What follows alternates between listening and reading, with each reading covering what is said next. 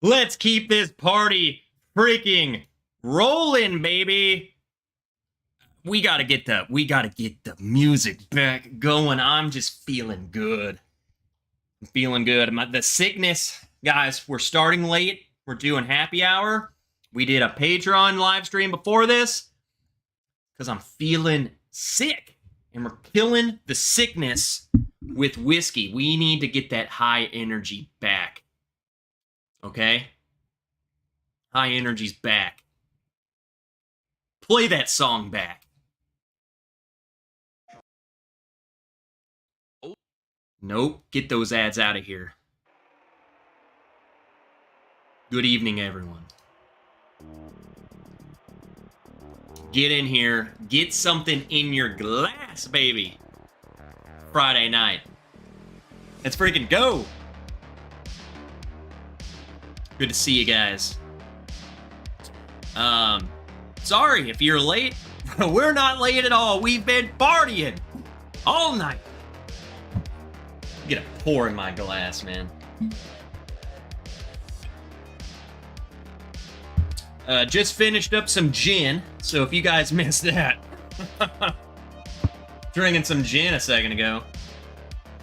Now we're gonna drink a little bit of this 13th Colony that you guys convinced me to buy.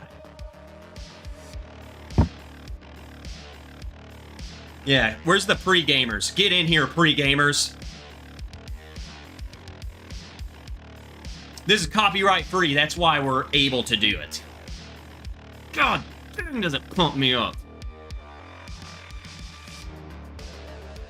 Get in here, baby. Good to see you guys. Chris Valencia, Joe the Sample Guy. Hit that like button on your way in here. Peter White, Rick, Travis Robinson. Bringing one from work, just listening. Cheers, buddy. What's up, Sugar Kitty? Martin, happy weekend trip. Pour something in your glass. I'm starting with some Jack Daniels Bottled and Bond.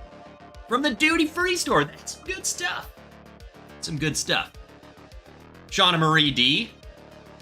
Welcome back. Birthday girl.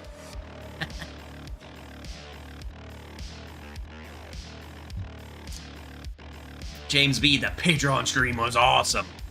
Have you guys noticed a total shift in the beginning of that stream to where we're at now? The alcohol's carrying us through this sickness. I don't even know if it's sickness. I feel great now. We're feeling good. What's up, Jake Wilmington? Tony? Tony Bag of Donuts is off, he's off his freaking monthly cleanse. He's here tonight. Hello from a place that's not the parking lot. Will T. Gotta stay hydrated. We got some water. We got the dog inside, and we're ready for stream number 2. That's what we're doing, baby. The whiskey is saying, what's up, Darrell? Here's all fellow nerds. Bourbon Brazy Eagle Rare Goose Island tonight. What is that, Eagle Rare Goose Island?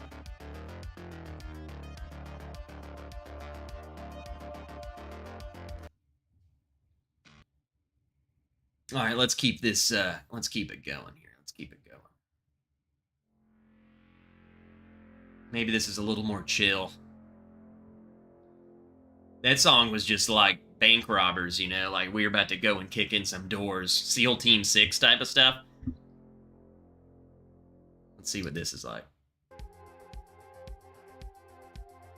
It's not bad. Still 1970s cop vibes. I like it.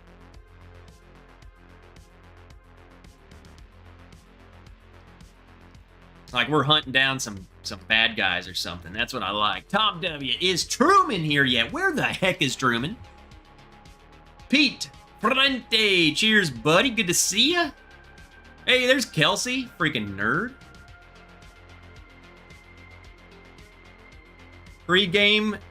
Pre-gaming gang present. There we go, baby. What's up, Josh Fritz? Richie Z. Cheers, Trev and Whiskey Friends. Good to see you guys. Dustin Hendricks.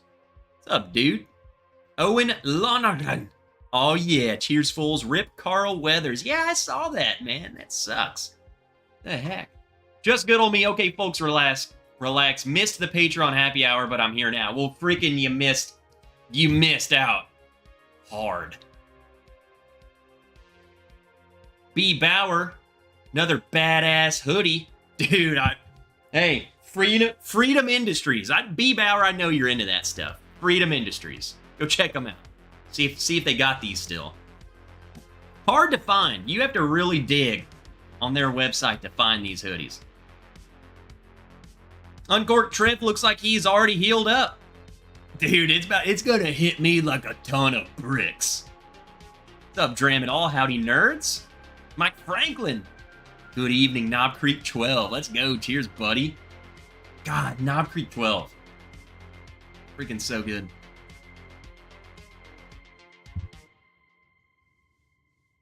Major Zero. Cheers. Wise Guy Stu. Good evening, you nerds. Jake Miller. Hey, Trev. As if I just didn't see you. Eagle Rare Goose Island has a butter. What is that, though? So is it like a beer that was in Eagle Rare? Like, what is that? I've been sucking that. Whoa, where did that go? It just scrolled way down in the worst possible moment. Where did that chat go? I've been sucking down, and then it went away. There it is. I've been sucking down some Luxro, feeling it good. Heat, me too, 1920. Let's go. Get up, get down with the sickness. Dude, I almost hit you with a... Oh, what? I was going to say, let's go, but I guess since we started an hour ago, let's keep it going. Greetings, whiskey brethren, sipping some Middle West dark pumpernickel rye. I've heard good things about that. People have been liking that pumpernickel. I don't even know what pumpernickel is. That's a bread. Is that the bread that they serve you at Outback Steakhouse? It's a very high-end restaurant. I don't know if you guys have heard of it. They got a bread there. Yes, all pre-gamers present accounted for. We're cleared hot. Let's go, baby. What up, Ranch? What up, Henry freaking Turner? Miracle Martinez, February birthday. Cheers, all. So that's what we're doing. As soon as I finish this, I'm starting off the stream with a very special bottle kill, because that's what we got lined up. We have 3 bottles that will be laid to rest. And we're starting off with the bottle that will be laid to rest. Terry D smells like Up Dog in here. Terry, what is Up? What is Up Dog? Terry, I don't know if you tried to hit me with that joke, but see, I don't know if you've ever heard of the trials and tribulations of Gargalon, but you could learn a lesson from them. The Gargalonians. Alcohol heals. Or it just makes me forget my sickness. An hour ago, you were ready to, like, splooge. Callie Reynolds, glad you're feeling all right. I was down and out about an hour ago, and then by the end of that stream we just did, I'm like a brand new me. You know? Louis the Fourth. What up, Trev? What shenanigans are we doing tonight? We're about to kill some freaking bottles. Let's light this freaking candle, Chad Guzinski.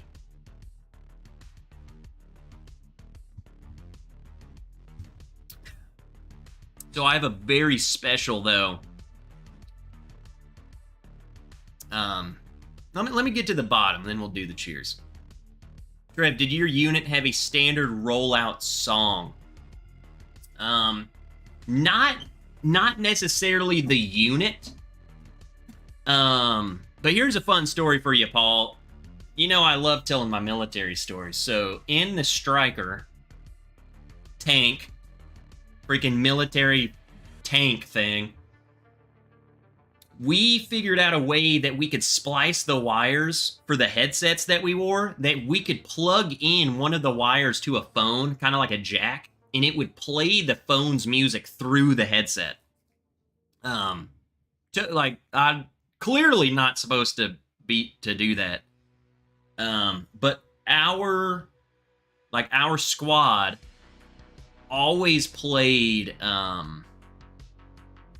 like, you guys wouldn't, some of you might know this band, but Miss May I, they have a song called Forgive and Forget, and we would roll out, like, we would put that song on and then just shuffle that album, and we would ride out to, like, metal. So that would be our ride out song. Basically that whole album. Apologies Are for the Weak, I think, is the album. Shout out to anyone who knows Miss May I. Corn and Whiskey, what's up? Put on some George Thorogood. That's some whiskey. I can't just put on music, man. CC Pullman, welcome back to Friday Night. CC! Again, I was telling Paul, I've been getting to a couple of you guys' I don't know if you knew this, CC, but I'm turning bourbon collections into videos, and I may or may not have filmed one. I have two filmed, and one of those may or may not have your collection, your leg, and your dogs in it. Sorry.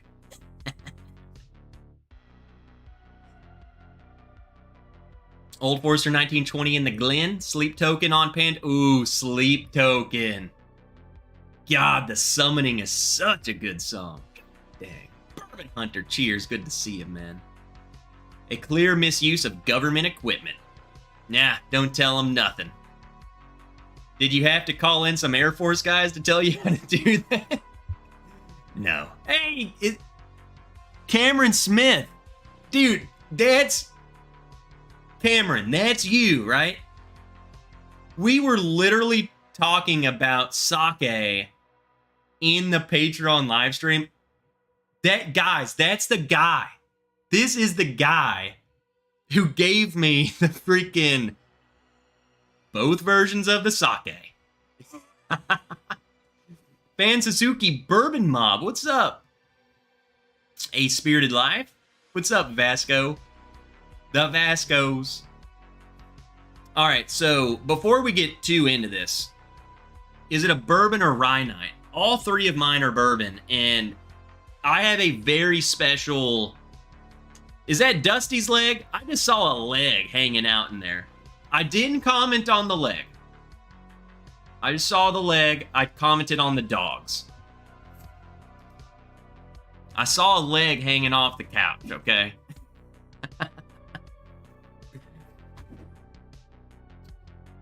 I have a very special, though... How do you say sake? Sake? Sake? Come on, I'm from Arkansas. Give us a break. So, I just want to make a very special toast, and the only way I thought, like, this is the only thing that I could think of to do this.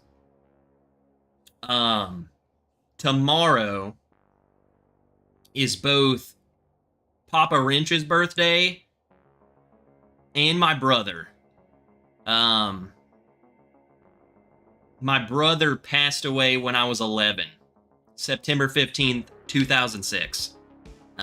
He shared a birthday with my dad, and it's always just been a weird time because it's like we don't want to celebrate. It's just weird.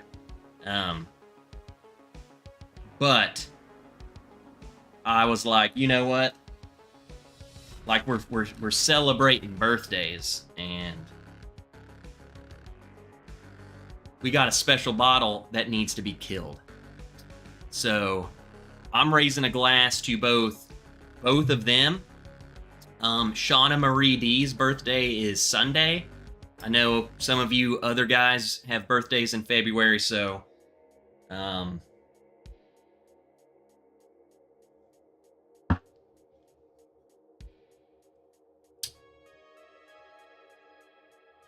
cheers to them. And yeah, miss them every day. So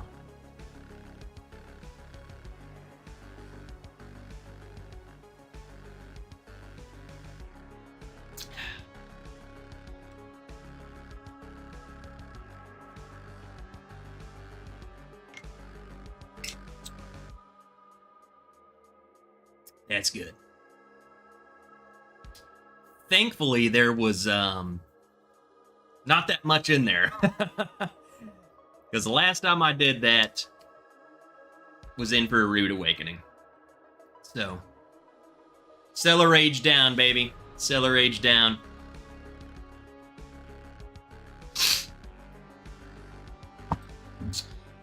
I have a bottle of Go figure, it's Blanton's.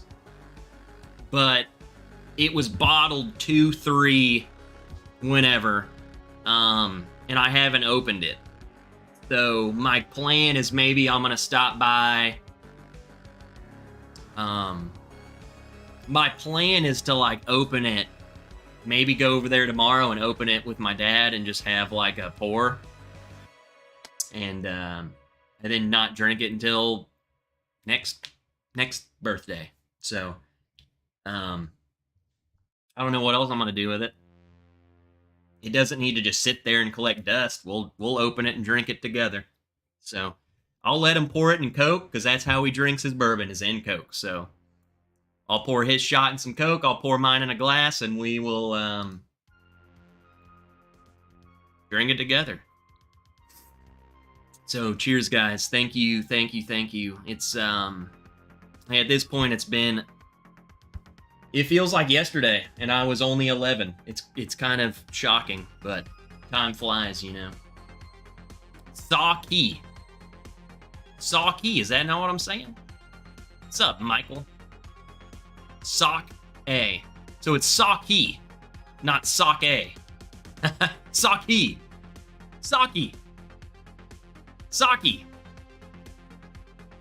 So Trev wasn't in a viral video about the troops marching to Barbie Girls chorus. That was not me, brother. Flyfisher says, hey Trev, what is your best ever rye? Best ever rye? I don't know, like, that's a loaded... I'm sure there may have been some that I liked better. Oh, now I just remembered. I'm going to give you two. One you simply will never get again. I mean, you might find one as good, but no joke. And everyone in the chat who has had this bottle, please chime in and, like, do not exaggerate. Do not say this because I'm saying this. If you genuinely agree with me that this bottle was amazing, please chime in. Our Sagamore pick, the Suggetmore, I don't know how we got something so good. Like, just turned out amazing. Suggetmore was a phenomenal. And I'm saying, well, you won't get that one. At least Sagamore's doing other picks. I would recommend you always pick up a Sagamore pick of one of those. If you see something that's similar to that, I would say it's worth picking up, because if we got one that's that good, other people must too. So, that one. The other one is also a pick, but it's more prevalent now, widespread, is this Jack Daniel's single barrel proof rye that I recently picked up. Holy crap, is it phenomenal. I'm sure we tried a couple of them a couple weekends ago, and they were all over the place. Like, mine was by far my favorite. And then over there, there was like 3 other ones, and they were so different. Like, one of them I just downright didn't like. The other one was okay, and then the third one was amazing. Like, they're all over the place. So, it's kind of the unfortunate thing. Andretsky, cheers, buddy. Good to see ya. Viper Candy, Target acquired. I went on a hunt and found 2 bottles of the James E. Pepper decanters. There we go. I freaking love that stuff, man. Duke McHale, cheers, buddy. Organic bourbon. How long do bottles last that are open? I can't tell you a definitive answer because I've genuinely never had one go bad. I have several bottles over here. I need to do a full tour of my room because all you guys see is this. I have a whole shelf here and a whole barrel over here. I have a full shelf over here of bottles that are at least, at this point, 6 years opened. And I could pull one right now and it doesn't, from memory, it doesn't taste any different than the day I opened it. Now, scientifically, does it? Maybe. But it's not noticeable enough. Now, does that mean there couldn't be situations or scenarios, depending on where you stored it, blah, blah, blah, where it could change and go bad? Maybe. I've just never had it happen. So, I'm not going to tell you, oh, well, it doesn't go bad. I mean, it very well could. I don't freaking know. I also haven't tried all of those that have been open for 6 years, but the ones I have, they taste just fine. Doesn't seem to make a difference. What's up, David Smith? Coming in late, dude. Do push-ups. Sagamore Rye was the best single barrel I have had from Sagamore. Amazing bottle. Trev, have you had the Hard Truth Rye? No. I haven't tried... For one, I don't have any Hard Truths. I don't know if I've even tried one, to be honest with you. I'm just going to be straight up honest with you. Dustin Pullman. Wow. Oh, hello. Can't read that. CC comments twice and I get both acknowledged. Dustin's comment ignored. FYI, that's my leg. Mine is less hairy. Dude, it's not like I zoomed into the leg. I just saw a leg. Why did I only buy one? Suggetmore was amazing. What's up, Christine? I'm telling you guys, the Suggetmore was probably one of my favorite ryes of just all time. It was a shame that I didn't buy freaking more. I bought like 2 backups, but that's still not enough. Mike Franklin, I always drink something good on April 11th and March 5th. Rest in peace, sister and dad. Cheers to that, man. Cheers to that. That's what we do around here, man. Hey, Tony. I love seeing Tony drinking again, brother. Heck yeah, dude. Tony, you also need to submit your photos of your collection for my video series. Michael Schneider. Good evening, all of you wonderful whiskey folk. What's up, Michael? Let's get the next one. What's up, Daniel Sutherland? Good to see you, buddy. Let's start off. I'm going to save that last one, the third one, for later because it is another... yeah, I'll just do it now. I thought this was cool. We're killing off a Blue Note. The mixtape. Oh, okay, never mind. This is the mixtape. I was thinking that this was the tornado one, but it's not. It's totally fine. Still a delicious bottle. The tornado bottle. I have a tornado surviving Blue Note. It's nearing the end of its life too, so maybe next time.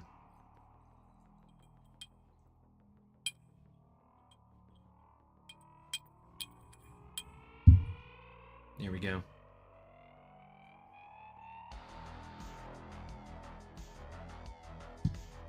Blue Note, unfiltered, uncut, simply some of the best stuff. I just love these bottles. Cheap, affordable, delicious, uncut, unfiltered.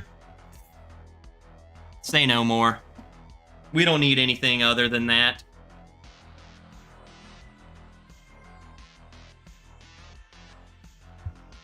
As it's meant to be, enjoyed with friends and family. Cheers, drink it any way you drink it. That's the way I look at things, man. I would never, but,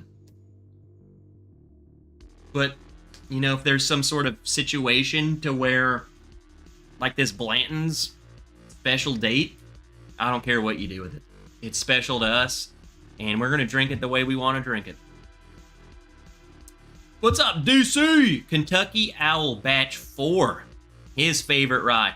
DC, you sure it's not the Handy? You remember the Handy, right, DC? Dang, this is good. The Sagamore is so good, I had to hide it from myself.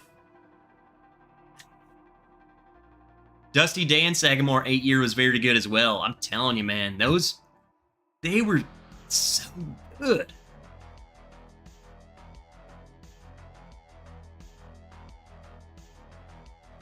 All right, let me scroll to the bottom and scroll back up, because I'm lost. What's the next bottle kill? Blue Note, baby. The Magi is also very good. I think that's a nice consolation, especially if you can't get or don't want to pay, like, the midwinters just keeps going up and up and up. I think that's a nice substitute for sure. Some people like it even better. That's all there is to it. I actually do have Top Chat on. What am I, an amateur, dude? It's like the first time I've ever been on the live stream. What's up, Thomas Schneider? I'm going to try Woodford Double Oaked first time tonight. There you go. Let us know what you think of it.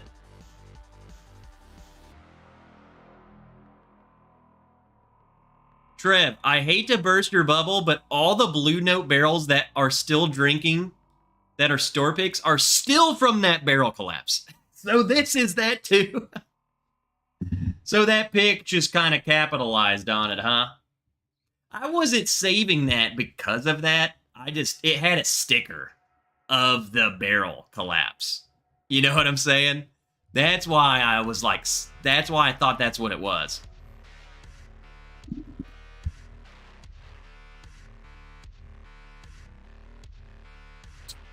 Here's a question. Hey, Trev, what is your bourbon collection? What if your bourbon collection is a couple of garage storage racks in your basement in no particular... What do you mean? Are you saying what if?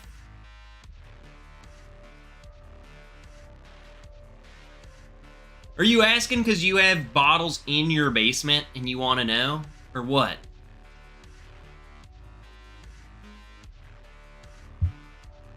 Fly Fisher, I need some clarification, brother.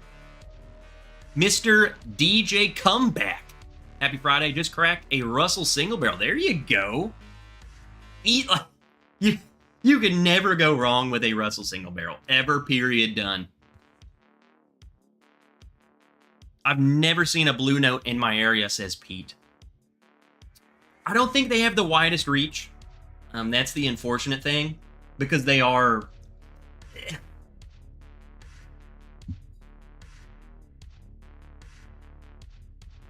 distilled in Kentucky.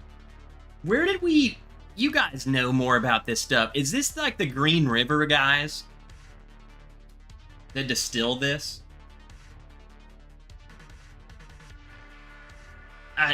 It's so good.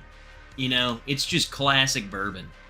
Nothing over the top, nothing like spectacular, but just how solid it is. Like, it's just so rounded and so good for just a total package. I think that gives it more points to me. You know what I'm saying? And it's uncut, unfiltered. Period every time. Never not do that. Period. Bye. What's up, Tunes21? Tasting the Senator barrel. The Senator. Shoot, I haven't heard of that in a while. Lag. Hold on, people.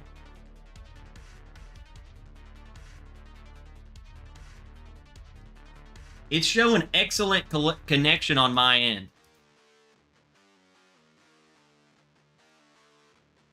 Hello, hello, hello. Technical issues. I'm showing good on my refresh. See what happens. Let me see. Let me do some stuff. Sound is in, then it's out. You might need to refresh, because I'm good, A-okay on here.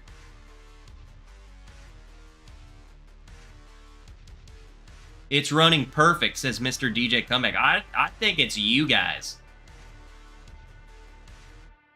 We're green light to go, baby. We are dropping hot.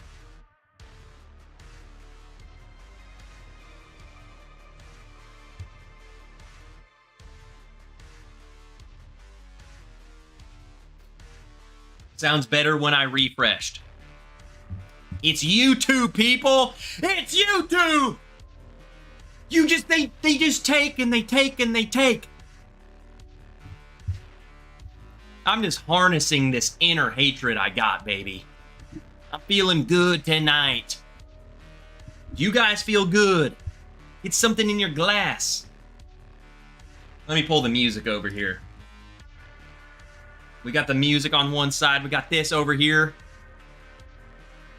We're all good, baby. We're all good. You know what this is? You know what it was, people? It's because distilleries are still chill filtering things, and it's screwing with our live stream. The moment Wild Turkey non-chill filters every single one of their products is the day lag goes away. 101 non-chill filtered. There you go.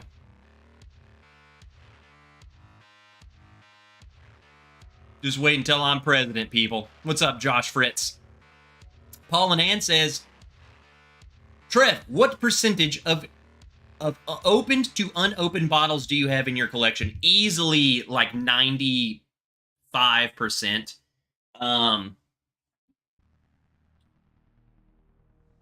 So behind me here, let me scroll. Let me pull this up so I can see. Behind me here, 1, 2, 3, and they're all spares of our picks. 4, 1, 2, 3, 4. Every other bottle is opened. In this shelf that you guys cannot see, I would say there's another 50 bottles. Every single one of them's open. Every single one. Over here, that's where everything's sealed. And I would say I got a spare of every single Maker's Mark wood finishing series. I have spares of a lot of Elijah Craig Barrel Proof. I got an Early Times Bottled and Bond in there.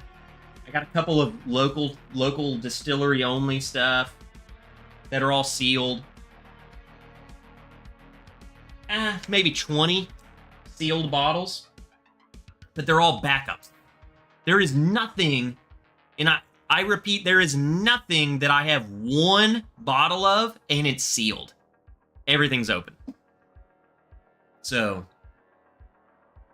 there you go. That's how I roll, baby. Hold on, let me pop out the chat.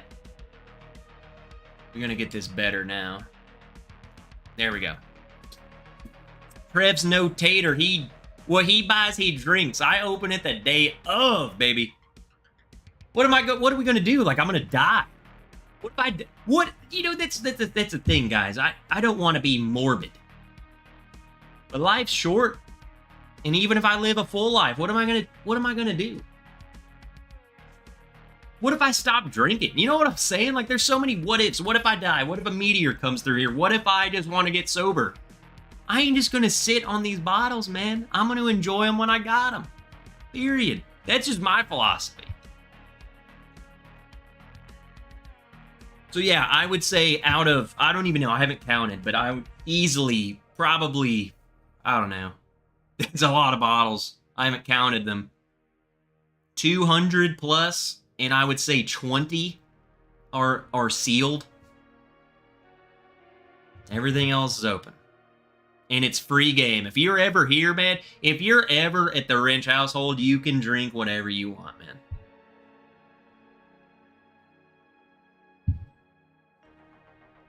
You just drink them. Memento Mori. Drink your bourbon. You have any old opened bourbons, Trev? Yeah, I have several, like, basically my oldest open ones are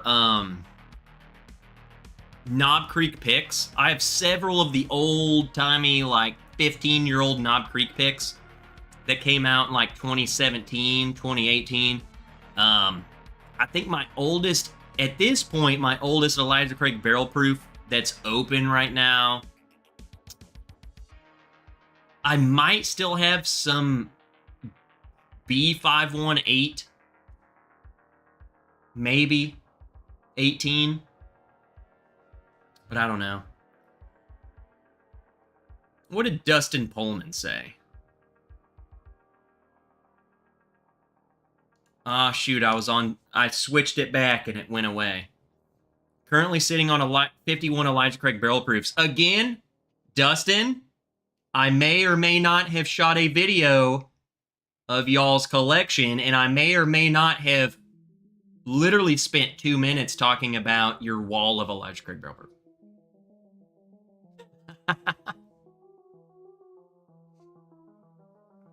We also have the same policy about our whiskey. If you come to our house, you can have anything you want and see. I mean, it's just what it is. What am I gonna, like, for one, you gotta ask yourself this. How did you end up in Trev's household? Whatever journey that you were on that you end up in my house, you're here, bro. You freaking grab something. Let's drink it. Like, what are we talking about?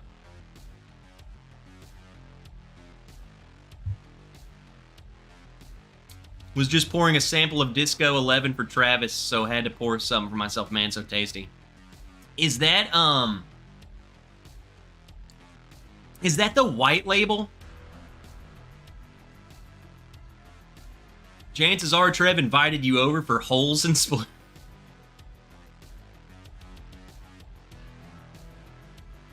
Yes. Precisely. Anybody soak their corks. Corn and whiskey, I don't regularly, but if I notice it, I definitely flip them over. Just give it a little little jerk, you know, and that's good. Just a little tease, you know. After a while, they go flat if there's too much air in the bottle. Finish them or rebottle them in smaller bottles. See, man, I haven't noticed it. I think it might, I'm definitely not disagreeing with you. It makes total sense. I also think the bigger part of it, though, is where you keep them. I don't know. Like, I could grab one of these bottles up here right now, and it feels as good as it did the day I got it. And it's just, I feel like it's where I keep them and how I store them. It's just in my house, away. Well, I say it's away from the window. It's right next to the window. I keep that sucker closed unless I'm looking for my dog. What's up, Joe Thompson? Good to see you, buddy. Do push-ups. Haven't heard that in a while, nerd. My goal for... Hey, I didn't say hello to you, Plico, but I did see you. My goal for 2024 is to taste a few recommended scotches and Irish whiskeys. I would definitely recommend you. If you're a bourbon-only dude, I would dabble my toes into the Irish before the scotch. Some phenomenal... Just go get some Redbreast stuff. Like, that's easy. And delicious. Holy crap.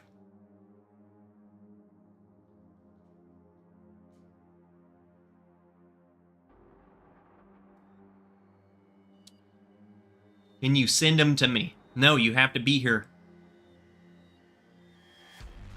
Trev was messing around the other day on Google Maps. CC and I are 10 hours, 53 minutes away from the center of Arkansas. Well, that's... So if you're 10 hours, 53 minutes away from the center of Arkansas, you're 10 hours and 20 minutes away from me. So you're even closer. Come on over. I'll cook you some steak. I imagine you would end up in the Wrench household after drunkenly stumbling out of the woods after a rafting accident, where you were being chased by local banjo-playing mutants. Michael, who are you and how do you know everything about my life? It ain't that bad out here. It's just me and my sister who I'm marrying. Some bitch. God. You're done. Just wait until I load up my 12 gauge. 12 gauge of love. I'm not violent.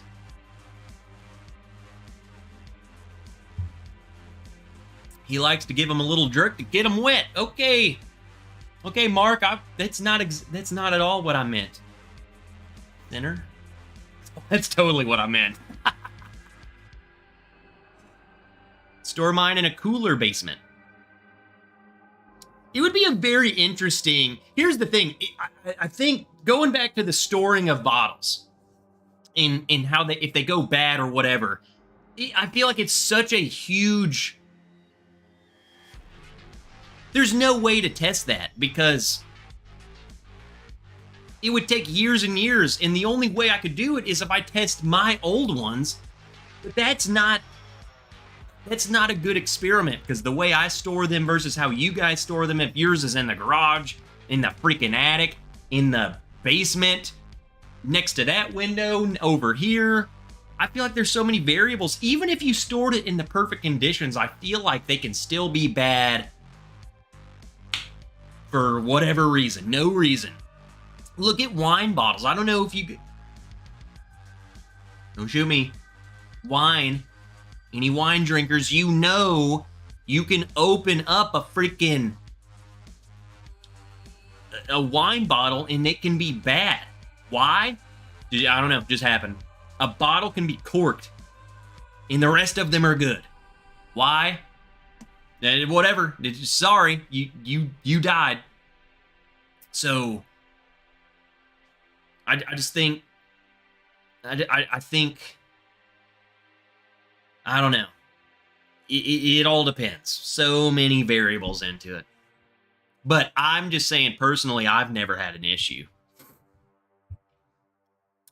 Keep them upright, no constant temperature changes, and that's the main thing. And I think the temperature changes also plays a part in the cork. So if you got a cork that is going through expansion and it's super cold, I feel like the cork I don't know, science, man. Your family tree looks like this. A lie. You piece of crap. You're so right.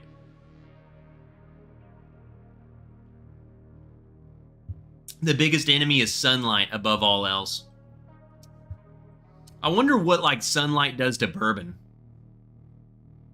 Like, does it heat it up and, like, you know what I'm saying? I don't understand it all. Not a good idea to store in a window. Sunlight is bad.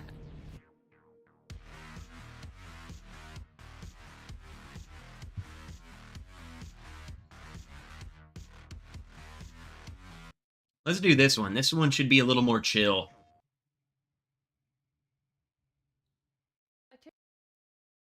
Get the ads out of here. Get them out of here!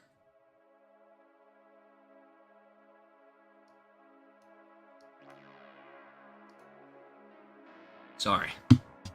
I don't have an anger problem. You do.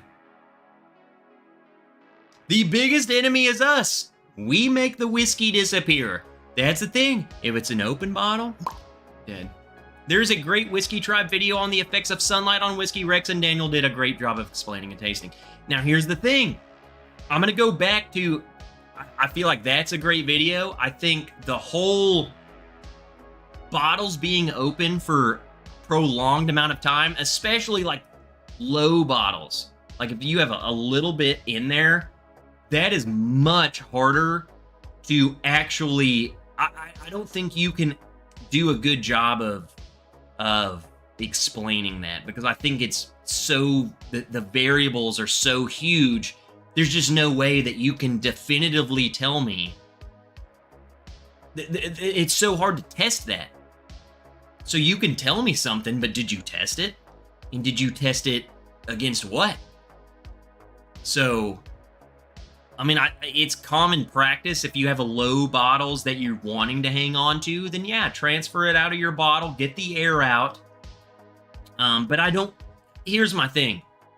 It's good practice to do that. I don't think it's life or death where it's like, oh man, I've had this bottle for 2 years, and I have 6 ounces left. I need to transfer it. Like, you don't need to go losing your mind over the stuff. You know what I'm saying?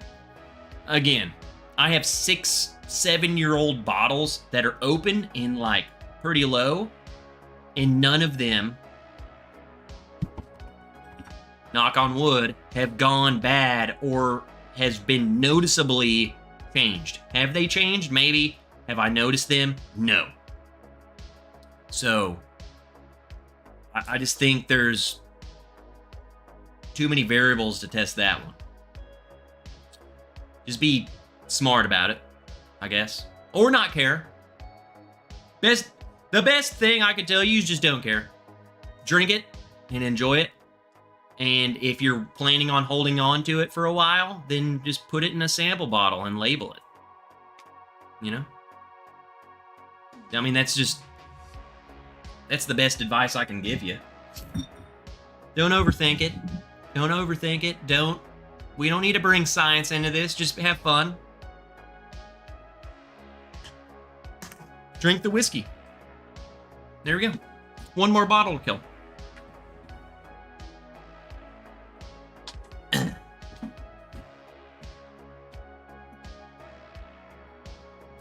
We're doing an old classic, simple, everyday sipper. One of my favorite all-time bottles, kind of matching me right now. Freaking love orange. I love orange.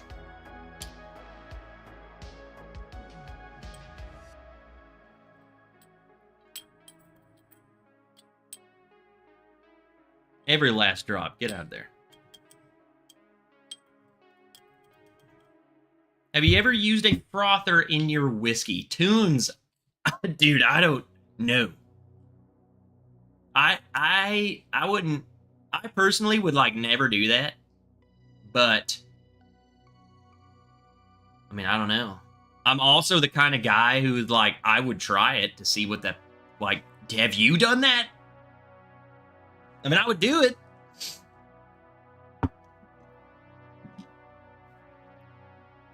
Rhyme an word with orange, not rhyme an orange. Shake it too many times and you're playing with it. Christine, are you my dad? That was like the best dad joke. Come on. My dad always told me that. And it's funny you say that because This good. Now we're just going into story time. I literally tell myself that, like, subconsciously, just as like a saying he would always say, and be like, oh, if you shake it too many times, you're just playing with it. And then I mentally say that, and then shake it a couple more times and be like, ha. Weird, I know. You're like, dude, Trev's weird, but it's just a thing. It's funny you say that. Like, my dad would tell me that every time as a kid. Just give it a couple shakes and that's it. Golly. Stupid.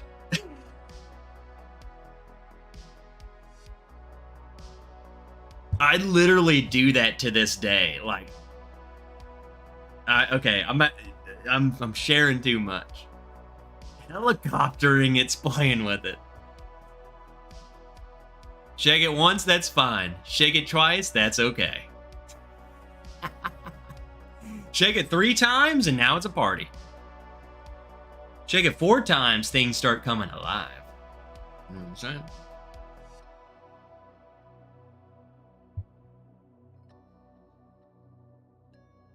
Three cheers for another bottle kill. Technically, we killed 4 bottles. We killed this bottle on the Patreon live stream that was before this stream. So if you guys missed out, then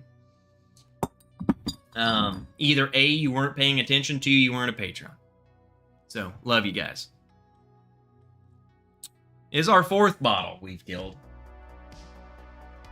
What's crazy is we drank 3 or 4 pours before this stream. We got a lot of banana going on, Joe.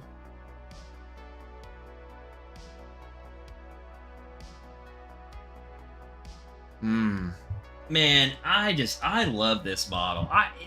To me, this bottle's just so hard to beat. Cheap, good. Here's my problem with Old Forester is, like, I know Tony Bag of Donuts. He's one of the only guys I know. He's got the 1924 and he's talking about how good it is. This is $20.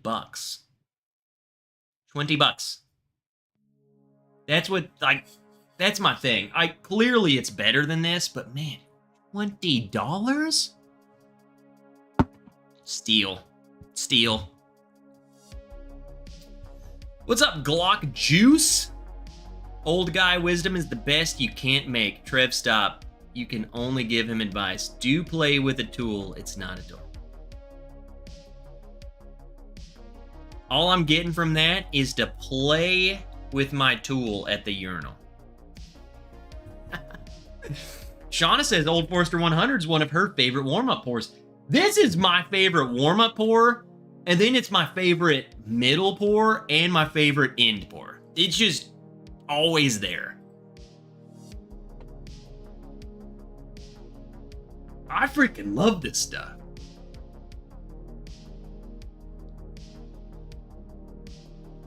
Mr. DJ Comeback, I have an Old Forester 100, haven't even opened it. I love the 1897. I love the 1897. I feel like I'm the only freaking person. I'm the only person, I feel like, at least on YouTube, that loves the 1897. I love that bottle. It's definitely different than this. So I feel like it would. I think that would be a very interesting perception. Is Mr. DJ's from loving the 1897, never trying this. So going from that one to this one, it would be very interesting to see what you think of this. Because most people are the opposite. They're not going to the $40, $50 bottle. They're going to this one first, and then to that one. They're much different. I think the 1897 has more going on, but it's still very hard to beat the $20 price tag on that. So that's That's what I think would be very interesting coming from you, since you went backwards from most normal human beings. Way to go, DJ. Way to go. You gotta be different, huh?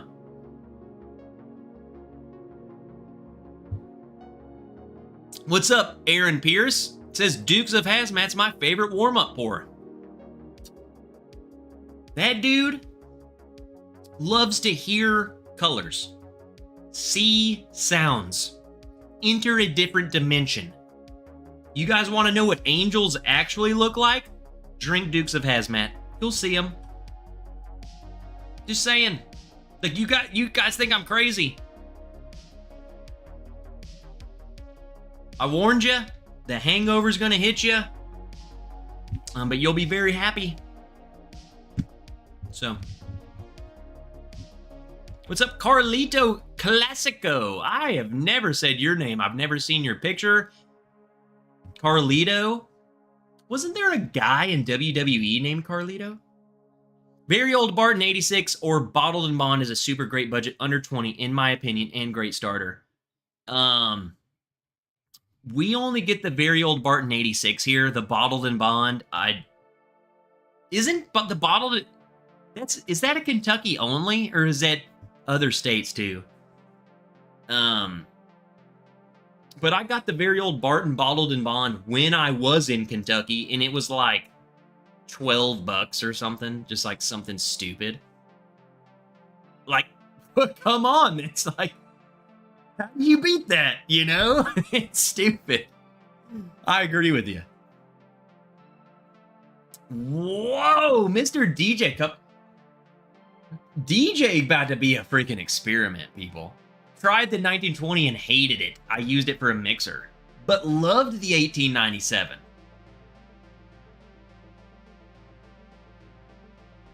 We need to experiment on this guy. We need to see what he think. What do you think of the 1870? What do you think of Statesman?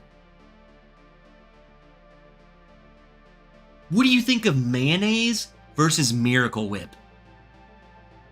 What do you think? Crazy. That's very interesting. I'm all for it. What's up, Marty? Whiskey Nose, how the heck have you been? I'm extra conscious of shaking it in public, like at sporting events. You have to shake it quick and move along. When I'm at a sporting event, if I'm in a public urinal, I am shaking it vigorously to let the person next to me know that I'm the alpha. I'm in there like, you know? Screw off.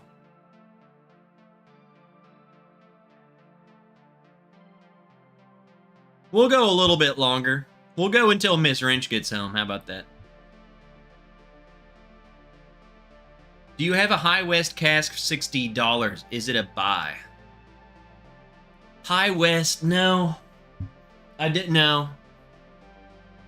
I have one. I have a High West cask it's finished in Cabernet, and it was definitely not $60. Is it finished in anything, or is it just like cask strength? I am not ready for Dukes. Maybe after a month off the wagon. Yeah, that will kill you. JH says Dukes of Hazmat will make you time travel. Do you want to actually watch Abe Lincoln's assassination? Drink like 3 pours of Dukes of Hazmat, and you will be front row. Front and center. Joe Thompson, let's celebrate their 5th super chat on a live stream, says YouTube to me. Let's go, drinkers. Super chat it up. Joe Thompson. Joe Thompson might be the biggest Bourbon Wrench fan. Super chatted last week. Super chatted this week. Super chatted the week before. Super chatted the week before that. Joe, I freaking love you. Cheers, Kathy. Thanks for the gin.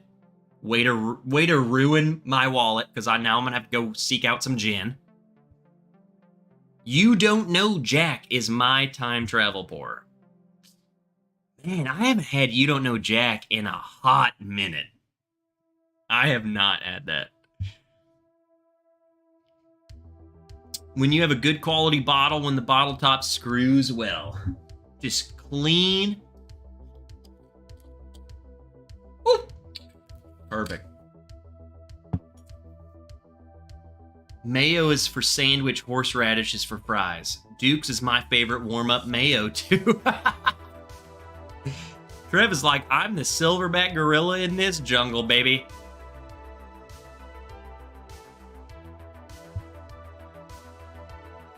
That's not alpha, that's psychotic. You know how it is alpha? Because it makes them clear the stall really quick. You know what I'm saying? Like, it might be psychotic. They get out of your way. They move. They leave. They're like, and then they see you in, here's the thing. Then you leave the urinal. You go to the beer. You get in line to get a beer. The dude walks up and sees you and's like,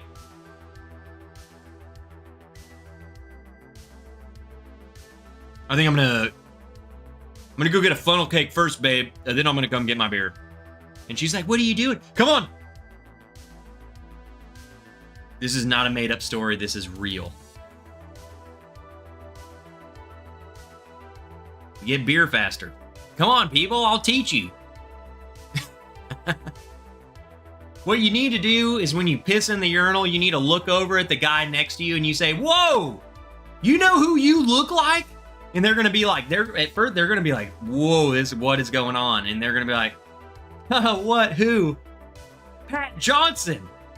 And they're going to go, Pat Johnson? And you're going to say, yes, you look just like Pat Johnson. Like you're still peeing and you're looking over at him.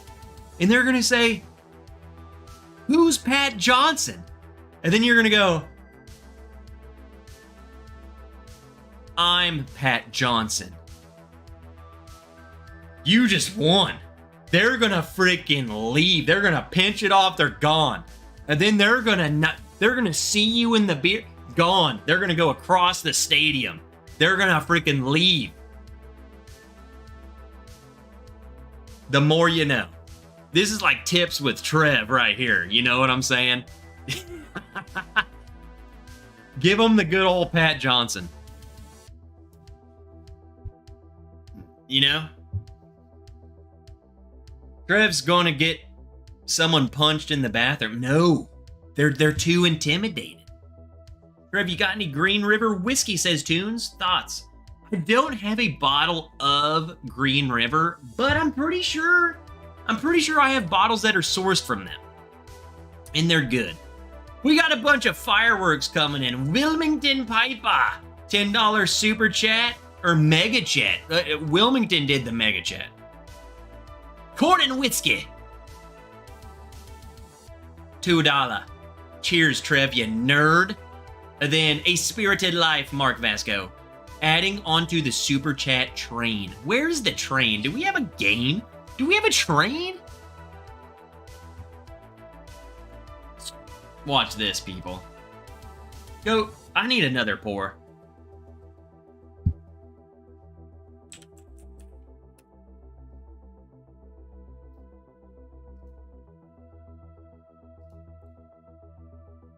I'm pretty sure I have an actual train.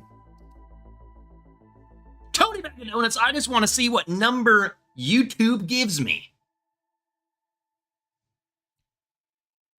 Fly Fisher, here's to Miss Wrench getting home at midnight. She probably, I haven't heard from her in hours. She's probably asleep. I have to put Jack Daniel's single barrel proof on a rock, Andretsky says. Janelle says, I sent you High West cast strength pick sample, I believe. You did. And that's my thing. When I get samples, I don't feel confident to, after trying samples, because I remember you sending those, I don't feel confident to speak on a bottle. When someone asks me, is it worth buying at that price? I don't feel comfortable being like, oh yeah, well I tried a single sample and my answer is yes, go spend $60. I remember them being good. I would say at $60, I'm going to take that back a little bit. At $60, I would say it's probably worth it. My issue is the Cabernet finished one that I have was like 80, but it was much more than that. And I'm like, it just didn't.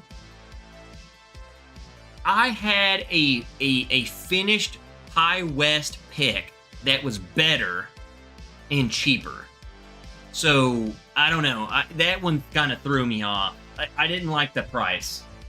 I did not like the price of that. Here, let's see what widgets we have. Hold on, let's add something. Let's do something stupid while we're still here, huh? You guys want to do something stupid?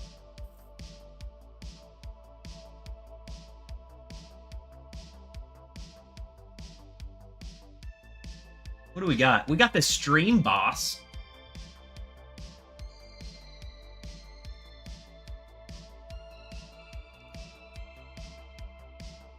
Hold on, now what do I gotta do to add this?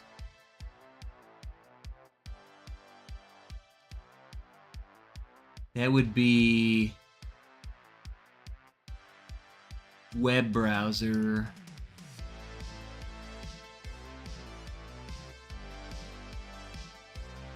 Not game. Come on, we're gonna do something stupid. What's the jar? The jar.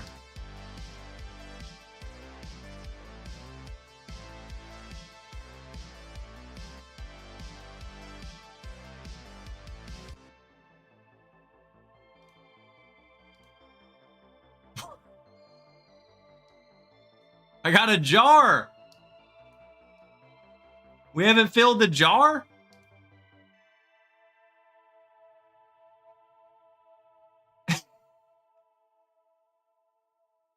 Hey, okay, we're filling the jar. I'm replaying y'all's stuff. We're adding.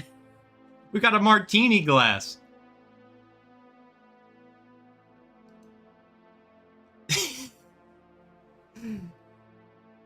Hold on, now we got a stream boss though. We're gonna add the boss. Let's do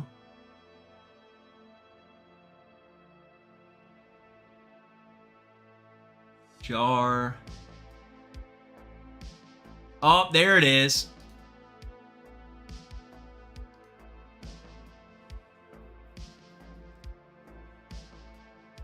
What do we do with this? I don't see the boss.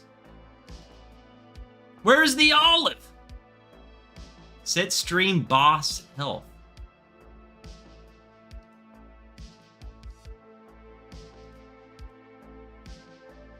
Manage battle.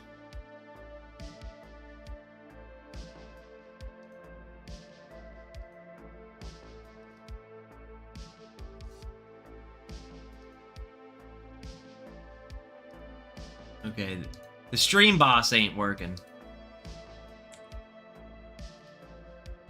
I got it right here. Let me do this. All right, ask me any question you want. Any question about bourbon, freaking anything you want to know. Let's do this. Here we go. Let me add it right here.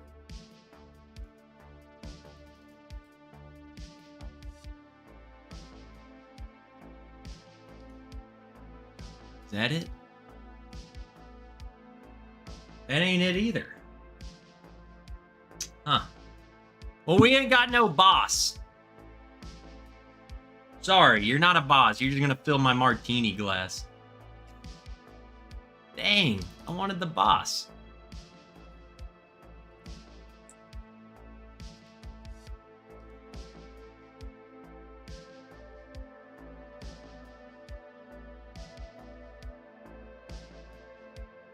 Dang.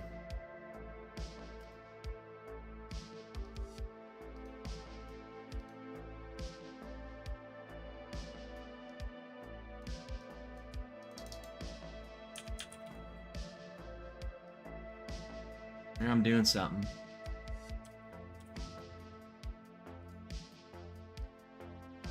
It's still not it. Man, the stream boss just don't work, man.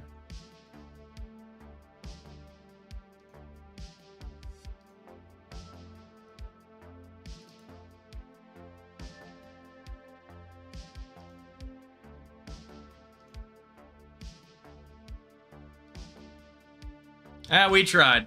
All right, what do we got? What gets Trev put in the doghouse? Nothing, brother.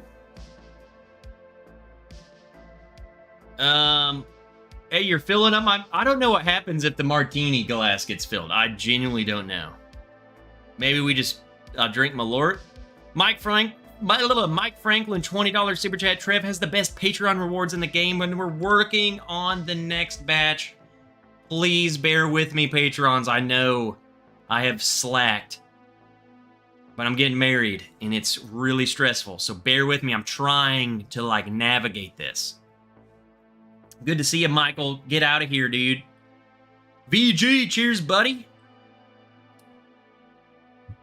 Talking about drinking whiskey makes me feel stupid. Janelle says High West pricing structure is going a very stupid direction, that's for sure. And that's coming from someone right outside of High West. I'm trying to get a stream boss up here because that's fun. All of y'all super chats would have been killing the boss. It's like a video game, but I don't know why it's not showing up.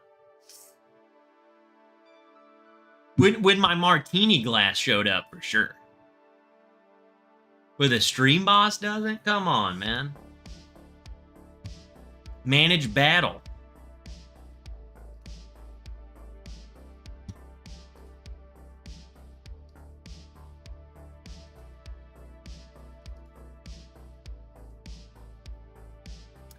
See if I can deactivate it and reactivate it.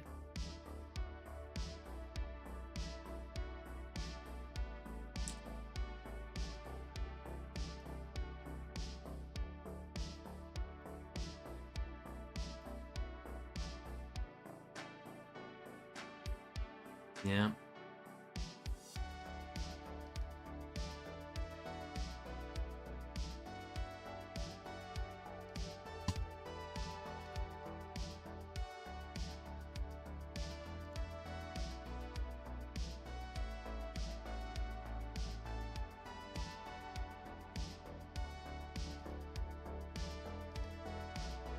Yeah, I can't do it.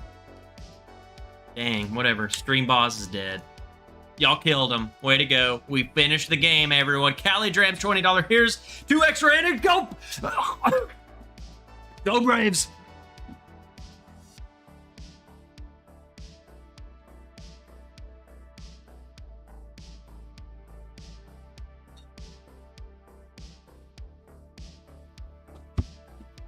Here we go. This is for Mr. DJ. Did not like the 1920, and we're going to find out why. Nearing the end of this guy's life. Poor guy. Poor guy. Joe Thompson, keep it going, nerds. We're keeping it going! Harness the energy, people! Get something in your glass. ADHD whiskey's not going live. But you will never see this kind of energy. Let's keep it going. What's up, David the Easterling? Cheers, Trev. Hope everyone's having a good evening here. We are having a blast. I'm honestly feeling totally healed. I think we killed whatever virus I had. Or sickness, or whatever. Trev, who are you taking for the Super Bowl? If it's not the 49ers, I didn't want the 49ers to win, but that's who I'm going for. I'm going for any team who is not the Kansas City Chiefs, aka the freaking Kelsey Swift team. That's who we're going for. Period. The Chiefs, I don't hate the Chiefs. I hate Kelsey. I hate the Travis. I can't even say his freaking name. Trev, you have $25 and can only pick one. Old Forester 100 or Early Times Bottled and Bond. Martin R., to be honest with you, I would pick... You get more for Early Times Bottled and Bond. I personally enjoy the liquid inside more on the Old Forester 100. Period. That's all there is to it. That's all there is to it.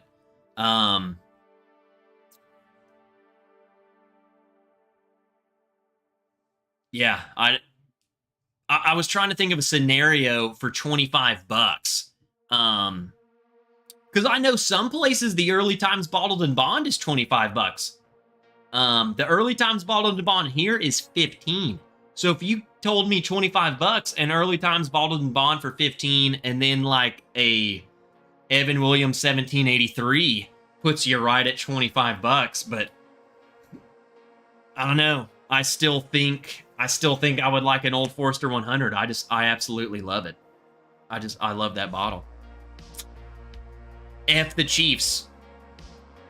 I mean, we have, like, here's the thing. If you hate one player on the team, you might as well hate the whole team. So F the Chiefs, yes. We got to. I mean, we can't hold back. We have to stand fast in our decisions, people. I know Kevin Campbell and I text every football game. And I never once said this to him that I didn't want the 49ers to win because he's my best friend. And I didn't want to tell him that. But I was not going for them. I don't hate them. I was going for other teams. Now, I'm back on Kevin's team. You know what I'm saying? That's why I never said that to him. He had no idea, except for I just told him live in front of everyone. I was really hoping for one. I mean, I wanted my Browns to go all the way. But when we got to the final thing, I was hoping that it was going to be like, I was hoping the Bills got in there. I was hoping the Ravens got in there. The Lions, like every team except for who got in there. It was like, bro, what is happening? Miracle Martinez, hook 'em horns. Oh shoot, you just spilled my freaking martini. Why'd you do that?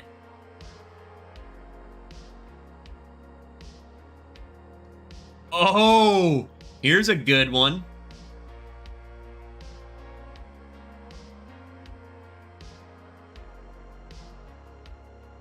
Loser! Not the Pfizer boy. You're telling that commercial was cringe. I will say that. It's like political freaking shot, whatever you call people who took the vaccine aside. That commercial's cringe, Josh. I will give you that.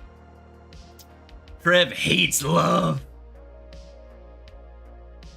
Hold on, let me scroll up. I saw some stuff. Carrie K says no shorts tonight. I was feeling a bit under the weather earlier, so I layered up. That's why I'm in a freaking hoodie. It's 60 degrees outside. Patrick Mahomes is way worse. See, I've started hating him less. Kelsey's Cleveland. Cleveland supports Cleveland. No, Christy, we can abandon people. We can kick people out of the family. It's okay. Cooper's Craft 100, pretty darn good budget bourbon. Cooper's Craft 100 is, I would say, just like this. Cooper's Craft 100, early times. Yes, you're going to have your favorites. I think they're all very good, and they all support their own thing in their own way. Jason Howell, what's up? I hope the 49ers swiftly kick their butts. Dude, I'm not feeling good. Like, Kevin, I'm sorry, bro. Like, at this point, at this rate, I'm fully, like, my body is fully ready for the Chiefs just to win it. And then I'm going to die. I'm going to be so pissed. So maybe if I just go for... Every team I go for loses. So I think I might buy a Chiefs jersey and go full-blown Chiefs just so they lose. And if they win, then yes, I would accept being a Chiefs fan. What's up, Bourbon Kitty? You should root for the Chiefs so they lose. Exactly what I said. I'm telling you. The Browns had no shot. You know, you gotta believe, you know? You gotta dream. Mr. Mom, my Cowboys aren't in. Basically everyone in the state of Arkansas is either a Cowboys fan or a Chiefs fan.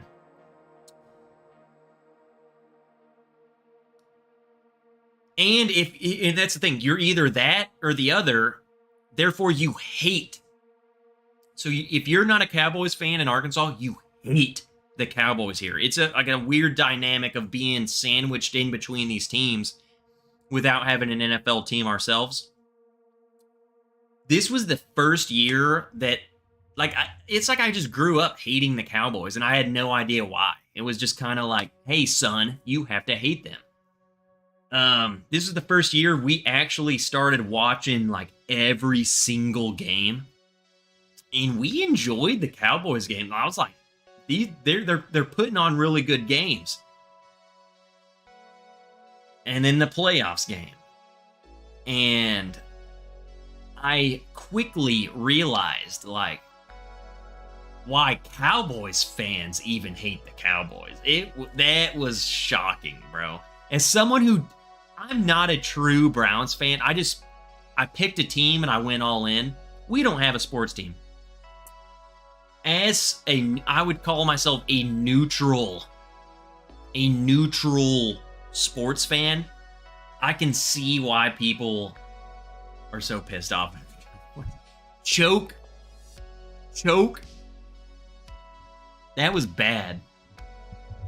I felt bad for the fans.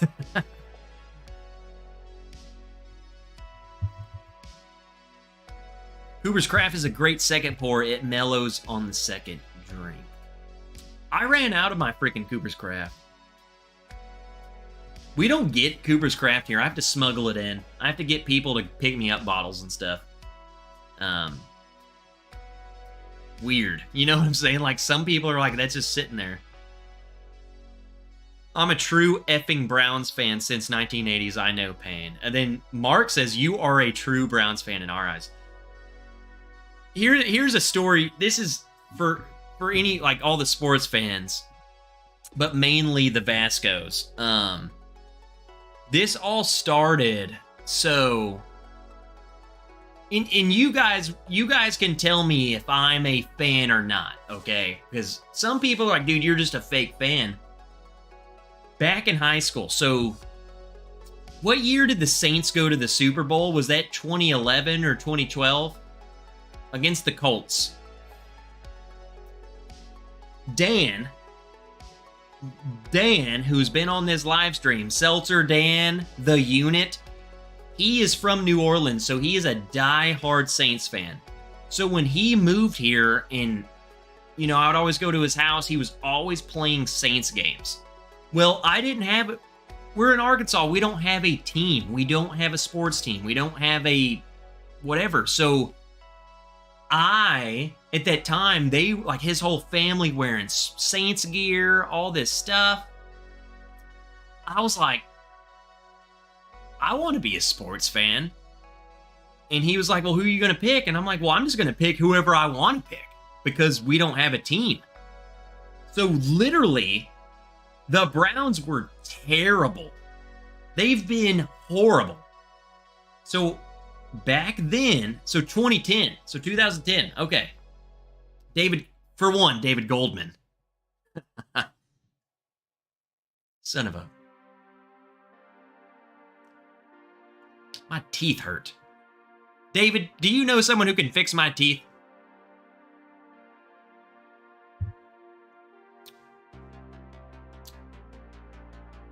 I decided as a joke that I was going to root for the worst team. And at the time, it was like the Browns. And that has stuck with me since then. It was a joke. So from 2010, I've always been like a Browns fan. Only the past 2 years did I actually start getting into watching football. I've always been into watching baseball. But I got into watching football. So I was like, I'm going to watch every Browns game. And I actually became a fan of them. As a joke. Like, oh, I'll watch the Browns team because I always said I was a Browns fan. So I feel like I'm like a phony Browns fan. You know what I'm saying?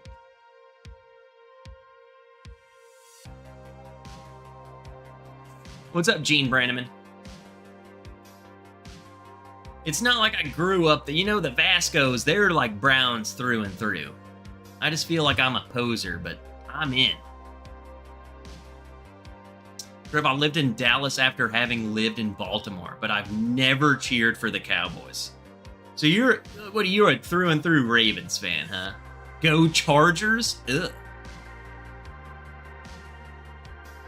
Depends on the teeth issue. Maybe we can get a 2-for-1 with you and Porter. I actually don't. My teeth are fine, bro.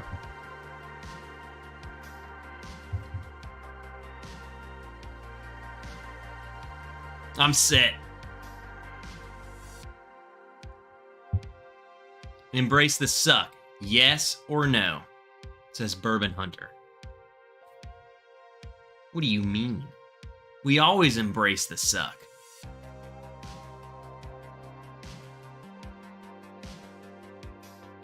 You watch baseball if you like to drink beer and be hot and bored except for home runs. Glog juice, no. Glog juice, here is your open invite to my house. Come on. I got a TV outside.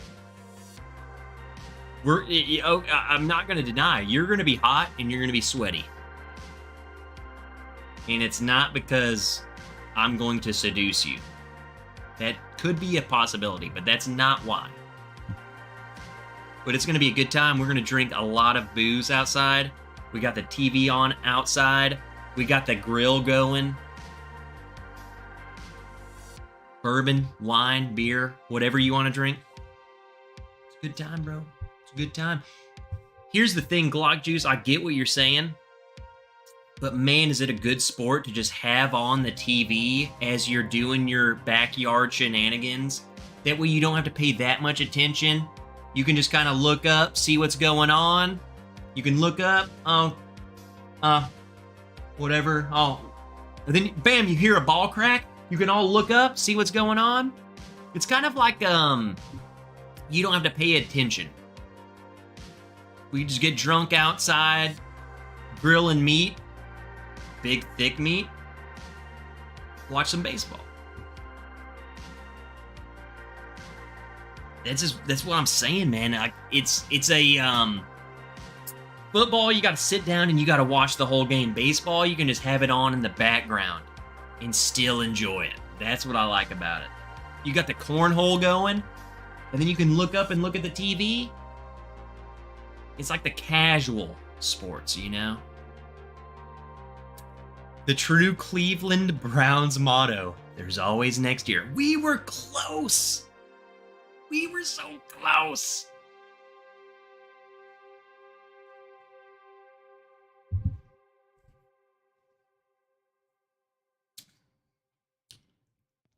One more. I've said that 3 times.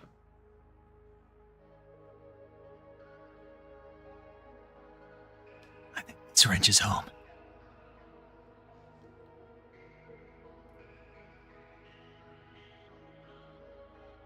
Close with Flacco.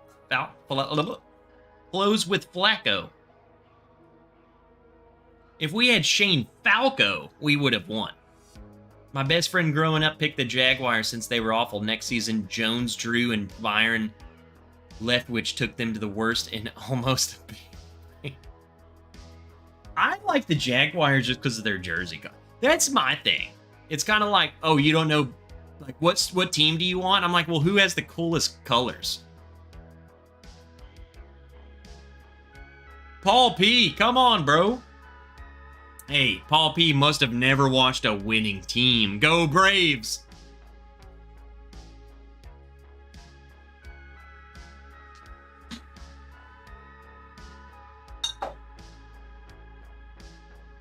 Hey, babe!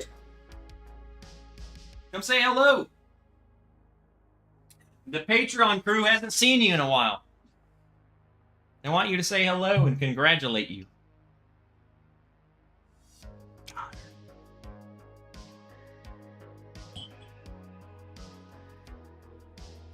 We're pouring a little Old Forester 1915.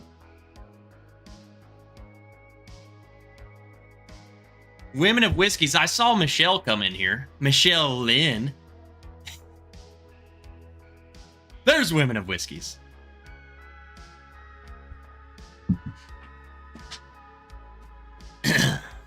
Let me, hold on, let me do something. Oh, it's over here. I'm an idiot.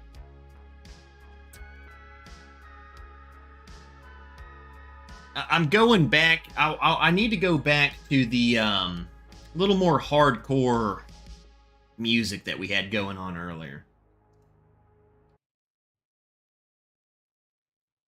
We had a song play earlier that literally was so freaking awesome. I think it was this one, maybe? We're just going to start it from there. Oh, shoot, we got Malort, huh?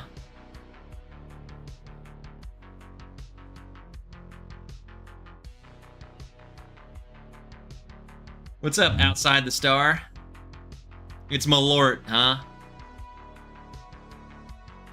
Would have been closer with Shane Falco or Johnny Utah.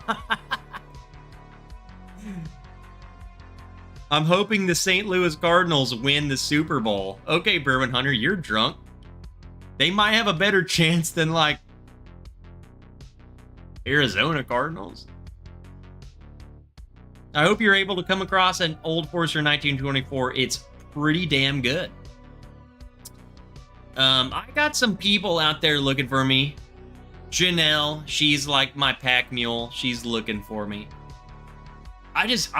Man, just where I'm at, I have zero confidence getting anything new. And I'm talking, I have a very good relationship with my local liquor store.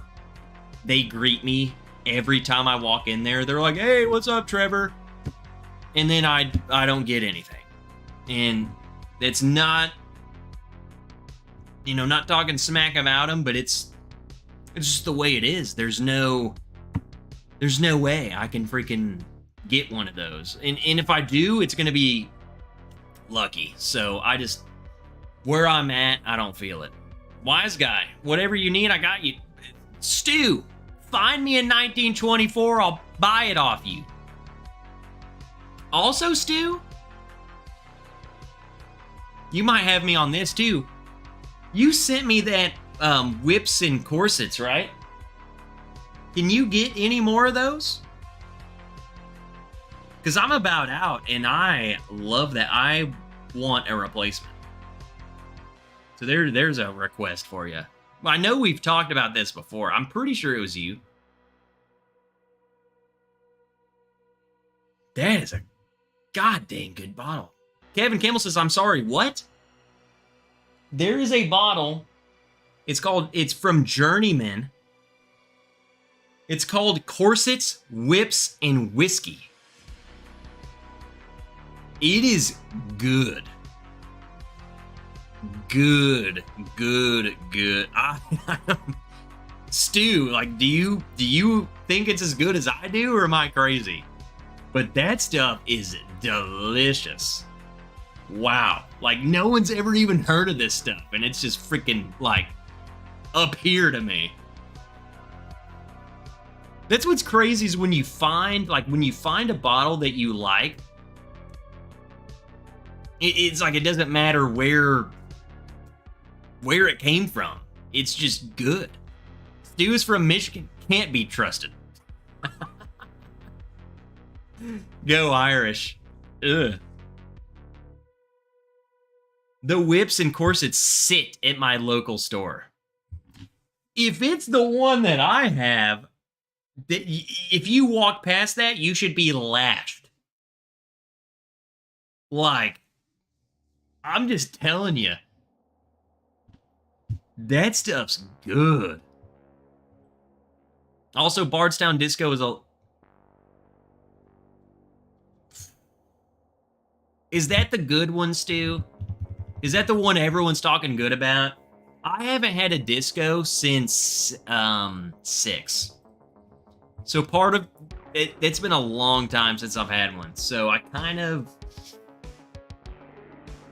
if Stu, if the 11 is the one that everyone's saying is really good, then yes, I will buy one.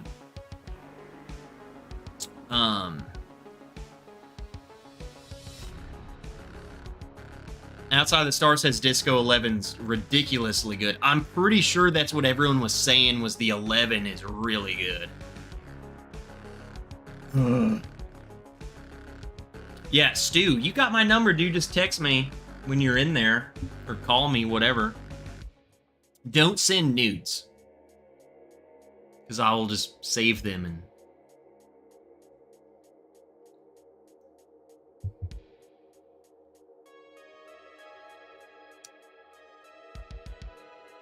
Joe says, you need Disco 11. It's so damn good. Mike Franklin says, I picked up a Bull Run 16-year finished in Pinot Noir. It was very good. Mike Franklin, again, our time frame is off. Again, go figure. Welcome to the Bourbon Wrench Patreon. If you're on the Bourbon Wrench Patreon. We have a Bull Run 16-year-old finished in Pinot and an 8-year-old bourbon that is in its... You guys know how we work over here. They give us a date, and that's actually like... They say, hey, it'll be ready this date. I'm going to stop giving you guys updates. I'm going to say, if they tell me this date, I'm going to tell you a month later. But they're coming. Like, we are finalizing... They will be within this month. They were supposed to be ready at the, like, right now. But we're looking at, like... It got pushed back a little bit. So, both of those picks should be ready. Also, I was going to say, I told you guys this, but this was on the other live stream. We have another pick that we are going to do... depending on when I get the samples, we have a 10-year-old MGP Boo Rye. 10-year MGP Bourbon Rye sandwich. I forget the proof. I think the proof was like 100 and... You're gonna catch me lying. It's over 100.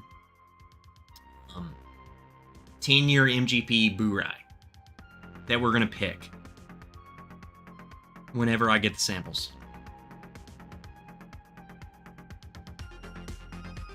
It's... Yeah. That sounds freaking awesome.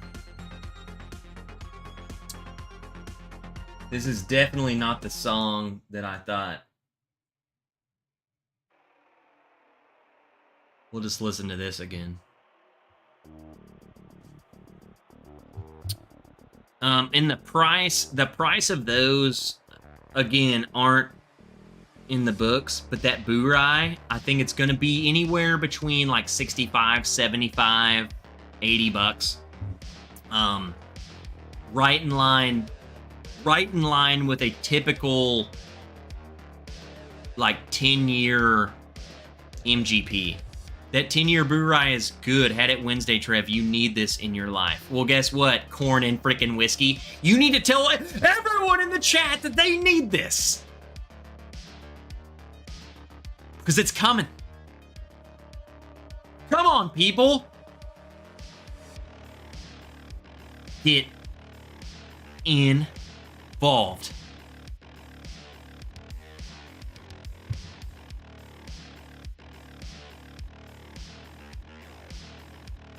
It's going to be good. I have faith. Haven't tasted it yet. I don't know what I'm going to be sent. I just know what it is. I know it's 10 years. I know it's Boo Rye, and I know it's MGP, and I know it's over 100 proof. That's all I know. And I know that Travis Kelce has not tasted it. Period. And he never will.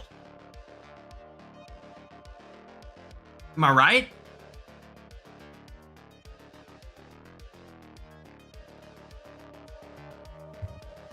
And it's going to have a cool sticker.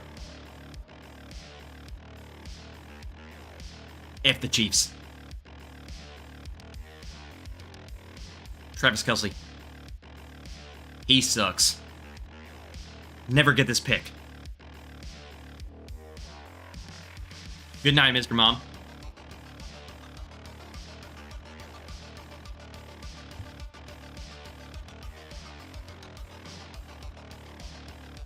Nope. Paul P. It is not $150 a bottle. We're looking at, I'm pretty sure he was telling us the price was like $65 to $75 a bottle. It was under $100 for sure, period. Like, it was a great price. So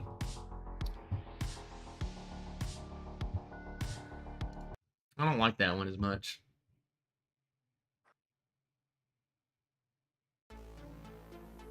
There we go. That one sounds good. Yeah. Kevin, I thought that too. I was like, for a 10-year MGP and Burai, we couldn't, why do you think we're doing it? I was like, we can't say no to that. So, yeah. I think that was such a great price for what it is. And I haven't even tasted it yet. So hopefully it tastes good. Because I'm all in, bro. I was like, dude, send that right now.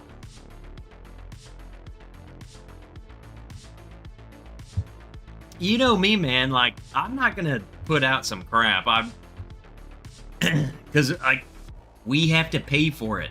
And so I'm not gonna like buy it and then like try and convince you that it's good. I would rather it just be good and you just buy it because you know it's good. I'm gonna try and convince you to buy Swill. I don't want to buy Swill.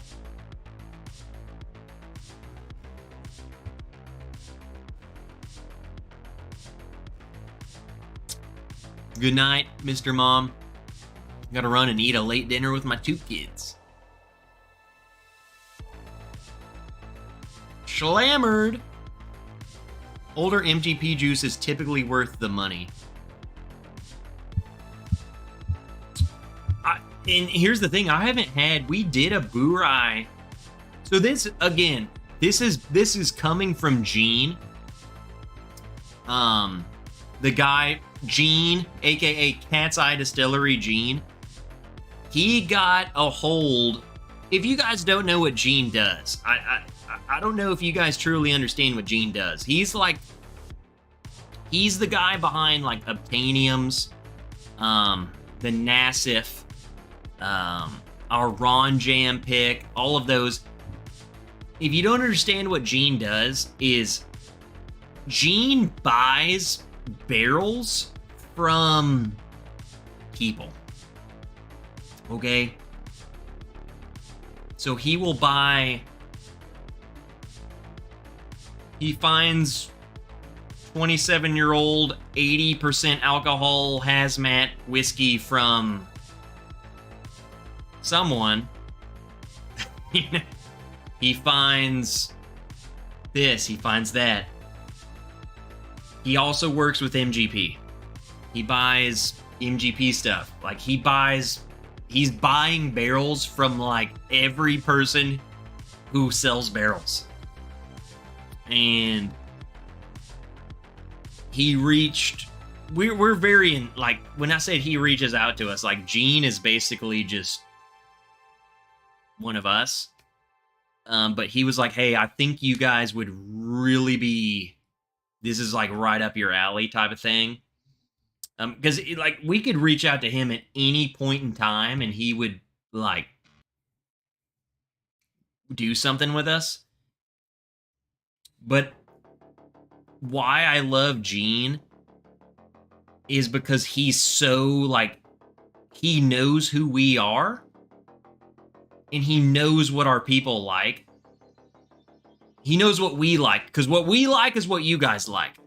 That's that's why I like Gene, is because he can get a barrel and be like, holy crap, this is right up their alley. So randomly, Gene reached out to David and I and was like, hey guys, I got a barrel that's like freaking right up your alley. 10-year Boo-Rye MGP.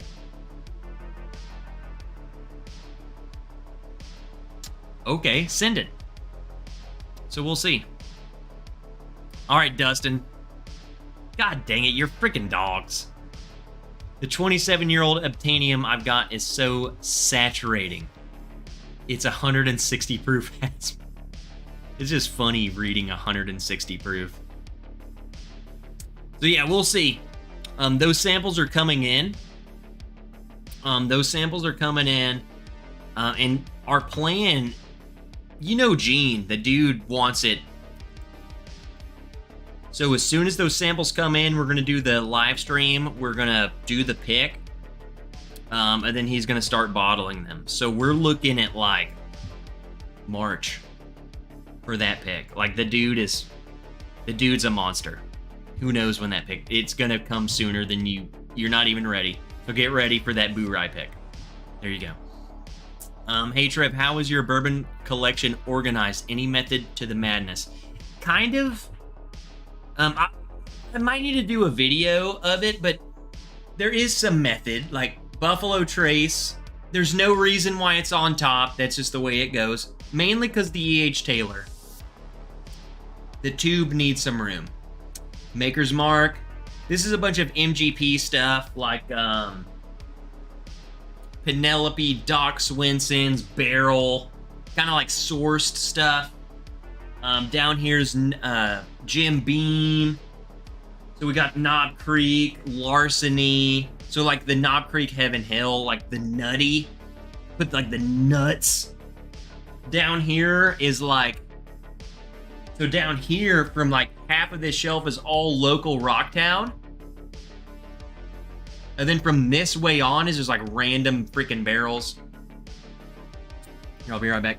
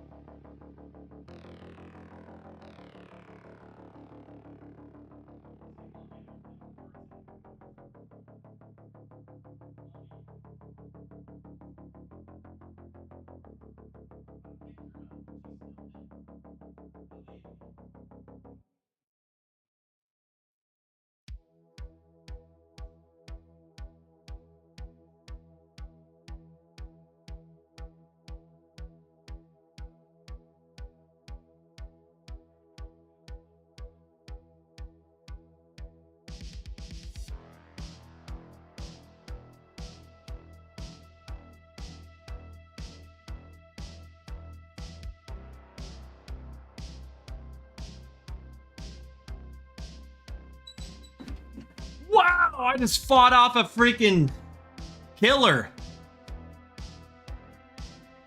Killed him. There's a bad guy at the door. They're gone. They're dead. They're bad. Gone. See ya. No, I pissed. And I shook it like 13 times, Daniel. I played with it.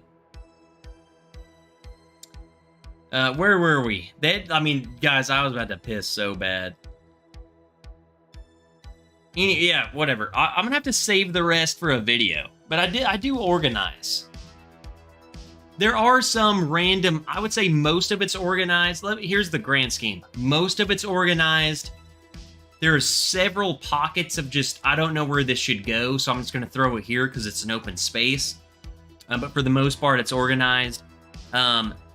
This shelf, not organized. I mean, it's just like, it's basically up here are like rare bottles that I won't ever get again, like old school Knob Creek batches, stuff like that. Then I have a whole shelf for glasses. And then under that is like Jack Daniels, freaking just random freaking bottles that don't fit on my shelf. I just stuff it in there. So that is just stuffed. Full to the brim. Where do you buy most of your whiskey, says Tunes? I'm not gonna lie. And again, this is maybe part of my problem is I buy most of my whiskey from a single store. It's my local store. I go in there. I usually go in there for sure like every Wednesday because you get 15% off of wine. I go in there, I restock, I buy, 3, 4, 5, 6 bottles of wine, get a 15% off discount. I look and see if I need a refill on bourbon. I'll just go ahead and buy one big old purchase. But yeah, I mean, I don't get a lot of good stuff. A lot of my rare stuff I've had for 3-4 years. So I'm not getting E.H. Taylor. This E.H. Taylor barrel proof I've had for like 4 years. You know what I'm saying? Like I don't get access to a lot of stuff that a lot of people have, and that's okay with me. I mean, there's so much good stuff at my local store that I don't care. I've tried it and I don't care. The other stuff is just as good. Good. Delicious. Amazing. $20 delicious. Like, I don't freaking care, man. So, regular old stuff on the shelf. Mainly what I'm buying. And it's really good. It's really good. So, and I just love those people too. It makes me feel good to walk into the store. And here's my thing. I love going to that store, in that store alone. Do they hook me up? I mean, I feel like if I pressed... Let me pour a little more. No, I've already poured this. Let me pour a little more. And then I'm going to give you a little story. And this is kind of insight to bourbon hunting, bourbon getting to know a manager or something. This is going to be from my viewpoint. So take it what you will. But I think it's very important. Cheech. What's up, brother?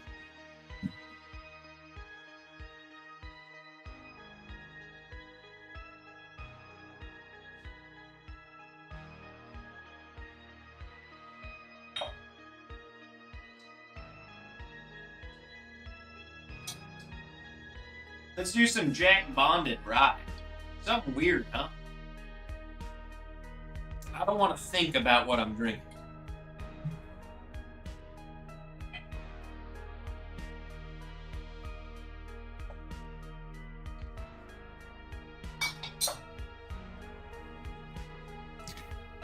Jack Bonded rye. So here we go. I'm gonna give you guys. I need some more music. I need something like darker. Where was it? I don't remember. We listened to like a freaking metal song, man. Fly Fisher, did you like your RD1 Amberana? Yes. I would recommend, if you have never tried Amberana, or you've tried Amberana and you don't like it, both of you, I recommend you trying the RD1. I think that was really good. We listened to one of these like synthwave things, and it was like metal, man. That was sick.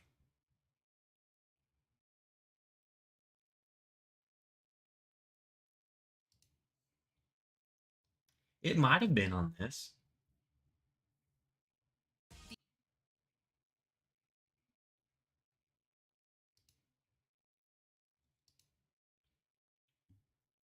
There, I'll look for it. And then I'll give you guys the story.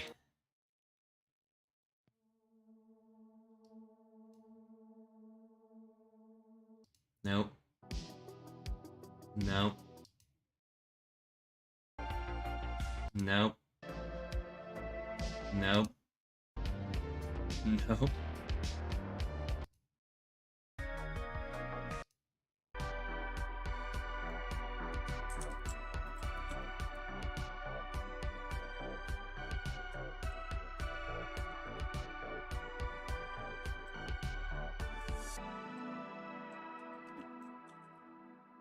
All right. Here we go. This is going to be good.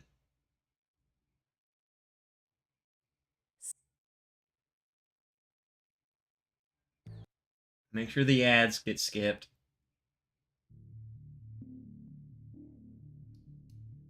It's called Xenomorph, aka Alien.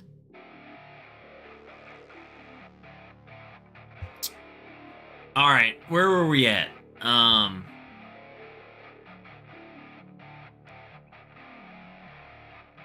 What were we talking about?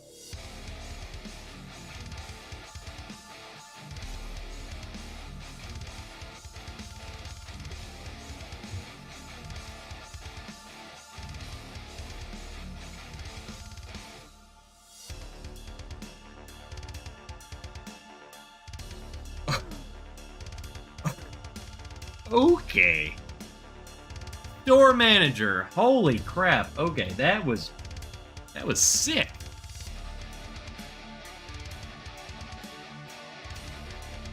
Store manager. Okay. This is where we're at. Okay. Where I was getting at with this is, let me turn that down a little bit so you guys can be, you don't cream like I did. Holy crap. So I go to the same store every time. And I guess my point I'm getting at is, do they hook me up? I don't know. I don't go in there and demand like, hey bro, I've spent this much money, I should get this. You know, I'm not that kind of person. I go in there and I'll see the manager. He's brought me back. He's brought me upstairs. He's brought me to where all the rare stuff is. He's let me try picks. So, okay, we got open bottles. You like come and try this. He's let me done all that, but I feel like maybe if I would push a little more that he would maybe sell me something, but I'm not that kind of guy. I'm not gonna push you.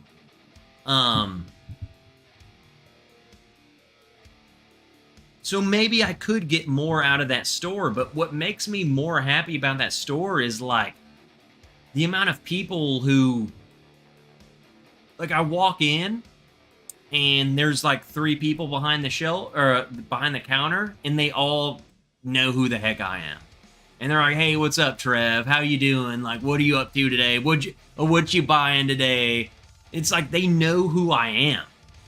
And you know what I'm saying? Like, if I just walk out of there with my Pinot Grigio and freaking Old Forester 100 proof, like, I'm cool with it. So, and I ran into the manager the other day. I just walking in there and he saw me. He was like, "Hey, what are you doing?" And I'm like, "Hey, you got anything open in the back?" He brought me right back to his little creepy hallway, and we poured some Elijah Craig Private Select. You know, like, I don't get hooked up. I don't have access to a lot of stuff, but I feel like just the relationship of that we built there is just, to me, that's better. You know, like, I don't know.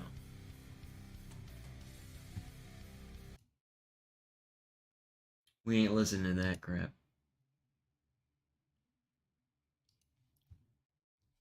So I don't know. I feel like I could definitely push and be that kind of guy who's like, "Look, man, I've spent so much money here. you should be able to sell me this bottle. And I bet you he would. But I don't want to be that guy. I don't care that much. I literally don't care that much to like pressure him into selling me something. Because it's stupid. Like, you really think it tastes that good? I feel like I've grown out of like hunting unicorns. I just don't care anymore. I mean, I'm definitely going to buy them. I'm not going to go out of my way. And I'm not going to like sacrifice my friendships, but like, hey bro, I've spent $2,000 here. You should sell me this. Like, that ain't who I am. And I could definitely do that. And I just don't. That's not who I am. I mean, I don't know if any of you guys are similar situations. I don't know. I don't like that. I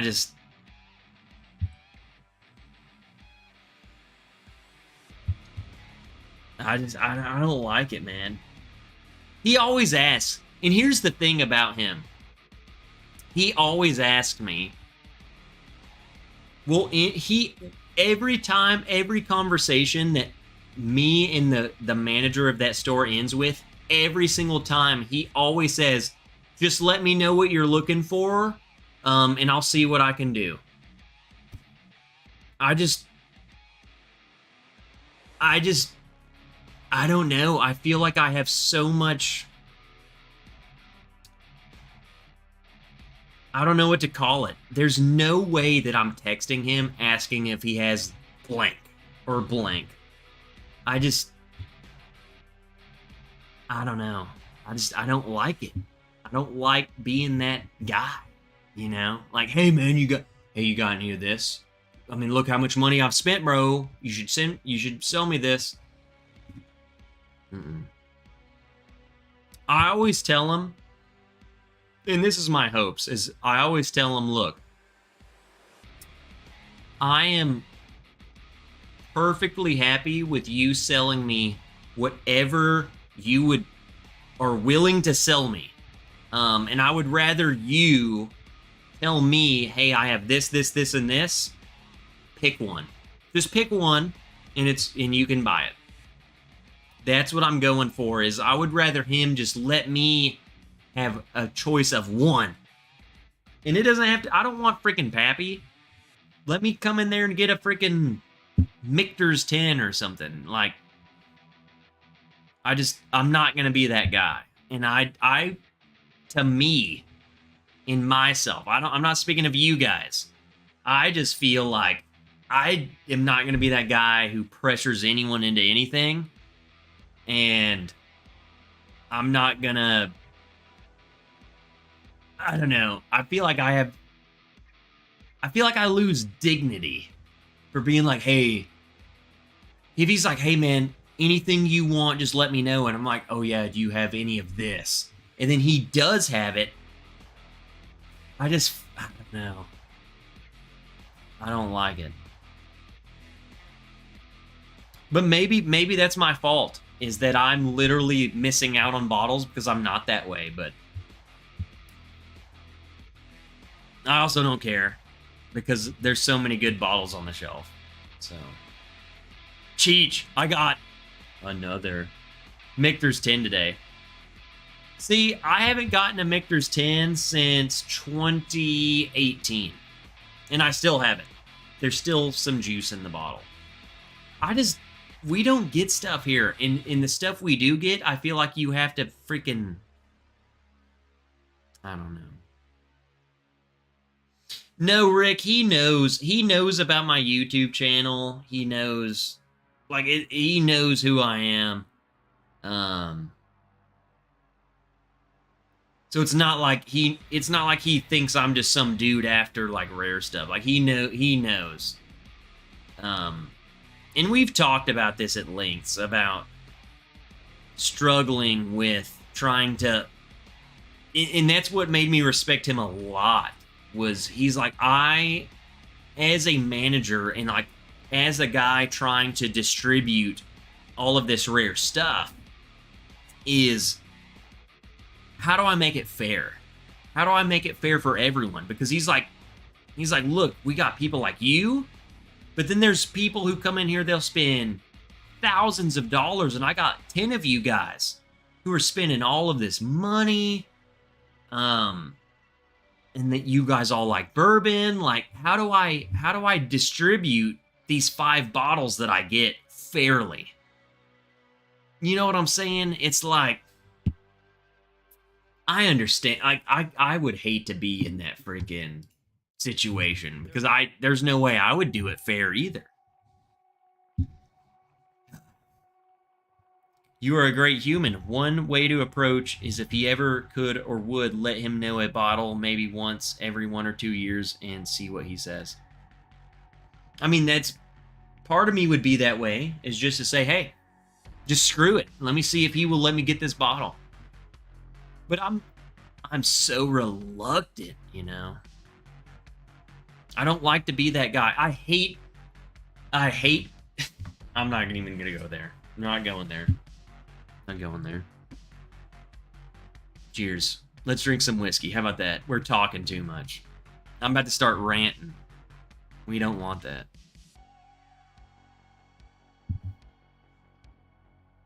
Outside the Star, we should link up for a pour or 5. Come on down. You guys are always welcome down here. If you guys can make... I really don't know what all you could do down here in Little Rock. If you guys are ever down here for a weekend, let me know. I can at least tell you, you make a weekend in Little Rock for whatever reason. Fly down here Friday. Get a hotel. Saturday, Sunday, I got you prepared. Or just Saturday. Just Saturday, you can come over to the Range's house. If you're here Saturday and Sunday, we do Saturday here. We'll fire up the grill. Sunday, we're going to Rocktown. And then you can freaking... Airport's right there. So you can either leave straight from Rocktown, or you can leave Monday. So...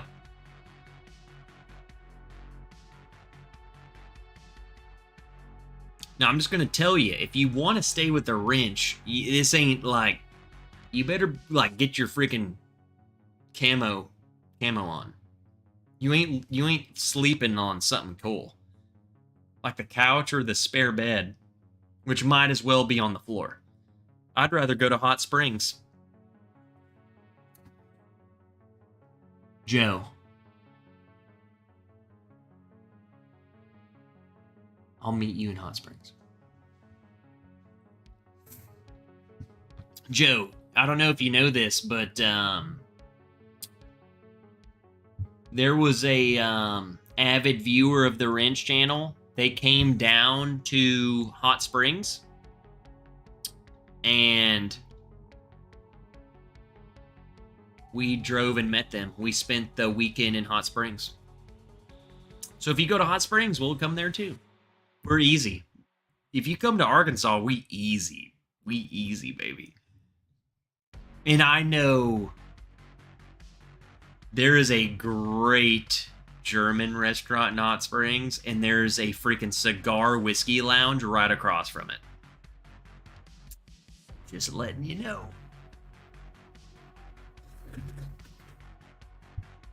We in. No, it's not cheap at all. I know. I'm just saying, if someone ever like felt stupid. William Hendo?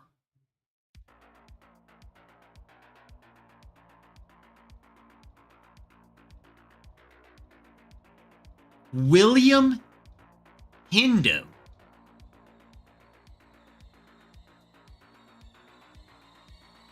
Who is William Hendo?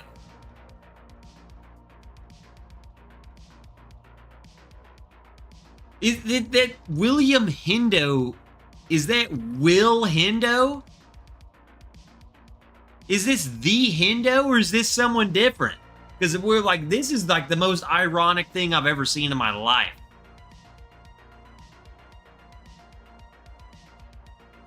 Pallbearer, best Arkansas band ever.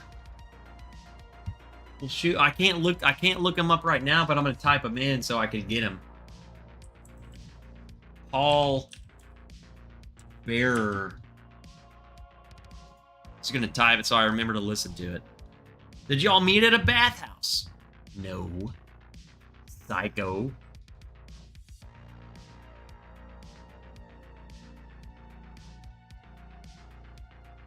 We're not that crazy, bro. So this is William from Henderson, North Carolina. William Hendo. Come on, anyone in the chat not seeing the weird coincidence of William Hendo from North Carolina? From the Hendo from Georgia? A different Hendo than the usual Hendo?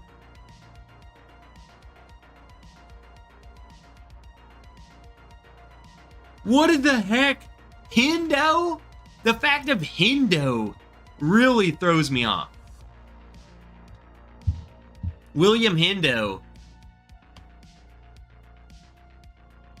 Shoot, dude. There's more than one Hendo? Yes, there is. There's William Hendo, and then there's Hendo, who is Will Hendo. Wow.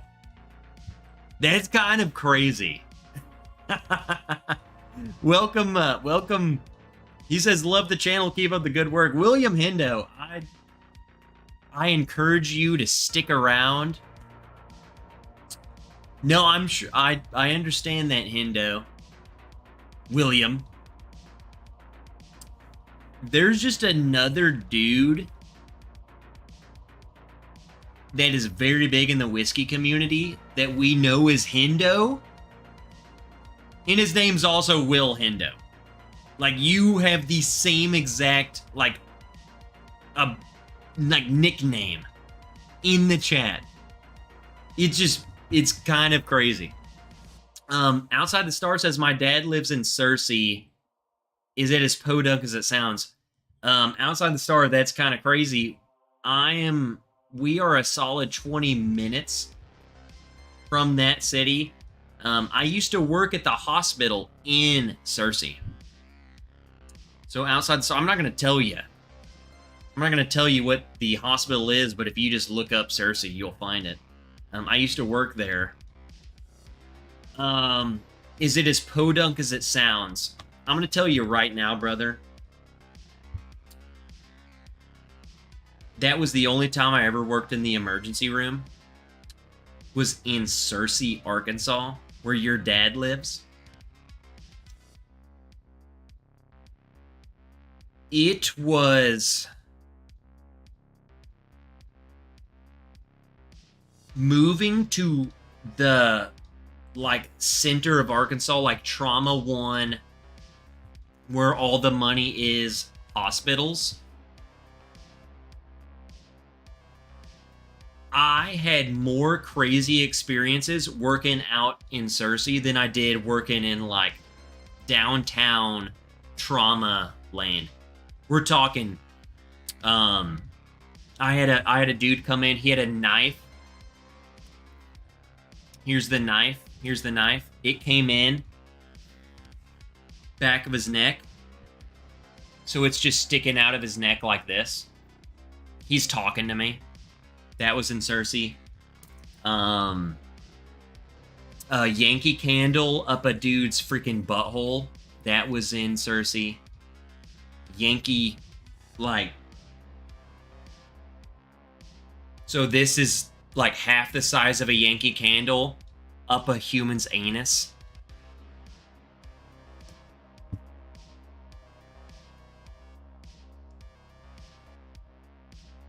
Searcy? What scent was the candle? Shit.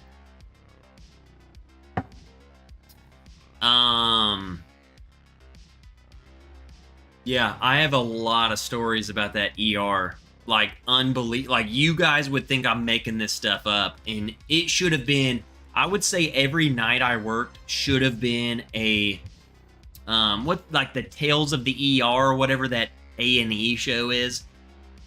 It was like a nightly occurrence. It just was like, how much money am I getting paid for this? I mean, it was ridiculous, just absolutely ridiculous. Yeah, so that's where your dad, that's where your dad lives, bro. It's a good, I wouldn't say it's a good city. It's a big city in the middle of freaking nothing. There's a good Christian school there, so maybe he's turned his life around. I don't know. Yeah, it was by far. Whenever I switched over to like the big city, I never once saw anything close to what I saw in Cersei that I did in the middle of the state. Like, that's what blew my mind. I'm like, oh, thank God, man. I'm going, like, we're going to Little Rock. This is, like, people are going to be shot. Like, this is going to be awesome. Boring. Nothing. You go to freaking Cersei, nobody. Just stabbings in the face. Like, you know, like, welcome to the medical world, you know? It was wild, man. It was wild. It's crazy. It literally blows my mind that you say he lives there. It's weird that why would he even go there? I don't understand that. It's such a weird city to go live in, too. I'm so familiar with it that it makes me, like, I don't understand. It's basically, so from where I live, if I drive that direction, that is the next biggest city, is his city. But if I go that direction, it's like Little Rock. Big stuff. Big time, you know. 500,000 people, big. So I'm right in between the freaking Hodunk and the freaking Podunk. Hodunk and Podunk. The scent. Ode to butthole. Man, my good old ER stories. God dang. Terrible.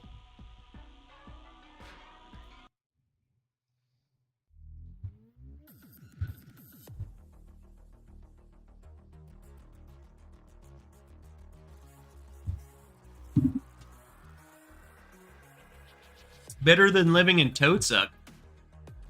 Toadsuck, okay. Now, why are we turning this on and talking about Trev? Toadsuck, if there is a Toadsuck, Arkansas, it's not what you think. The town I work in has a festival called Toadsuck. And it's a huge festival they put on. They might be a town next to us. But it's not what you think. Toadsuck is not. They have toad races. We got like big old frogs and we make them race. But it ain't that hillbilly. Someone asked another city way earlier. Have you ever heard of this city? Have you ever heard of Flippin'? Yeah, we've been through Flippin'. We got Pencil Bluff. We got Blue Ball, Arkansas. Yeah, we got Deer, Arkansas. I'm sure they named that because there was a bunch of deer. Where is Miss Wrench? Babe! Get off the couch. Bring Willie.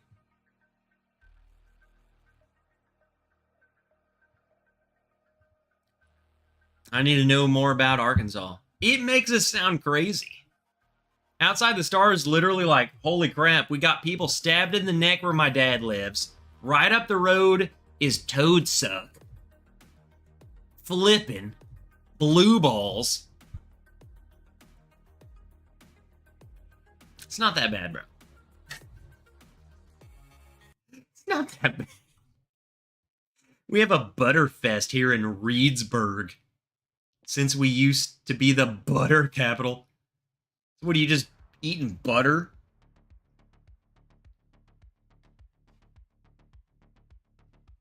You guys want to see Willow?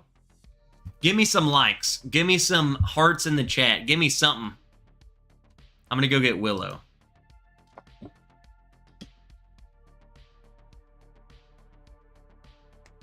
Let's bring on Willow. Willow. I need some chat. Chat Willow. Drop some Willows. What's up, Richard White? Missouri has a town named Knob Lick. Let's go get Willie.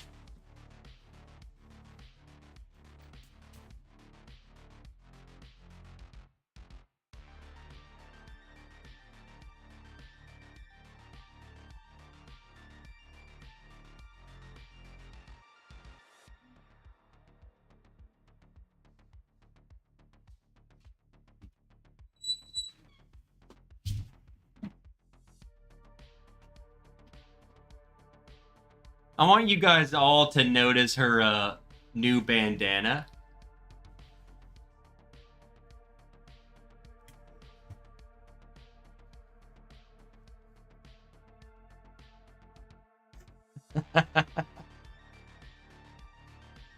Billy.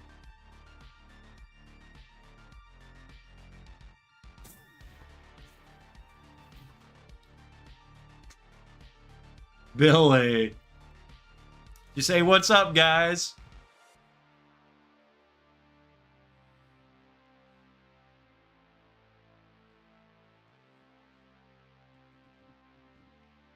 Okay, hold on.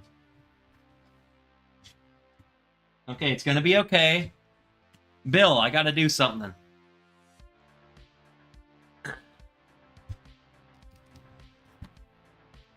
You're good, you're good.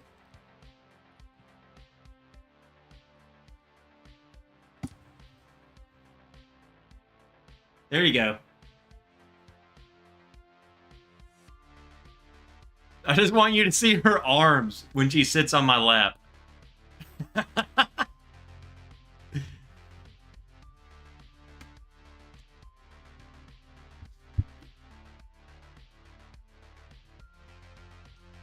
What do you want, Willie?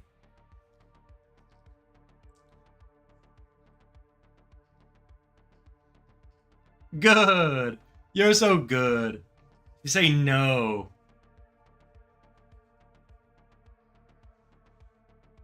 She puts both of her arms up on the desk.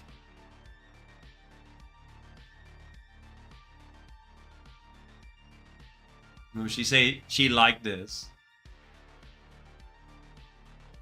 Bill Clinton was in Blue Ball, Arkansas. Okay, that makes sense.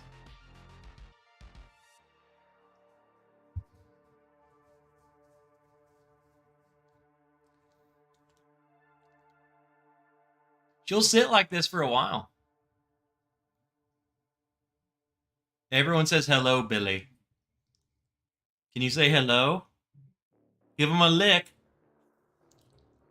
There you go.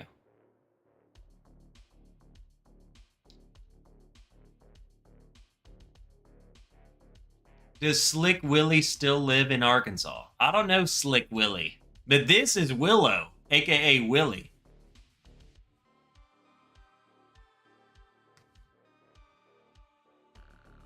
So she might still live here.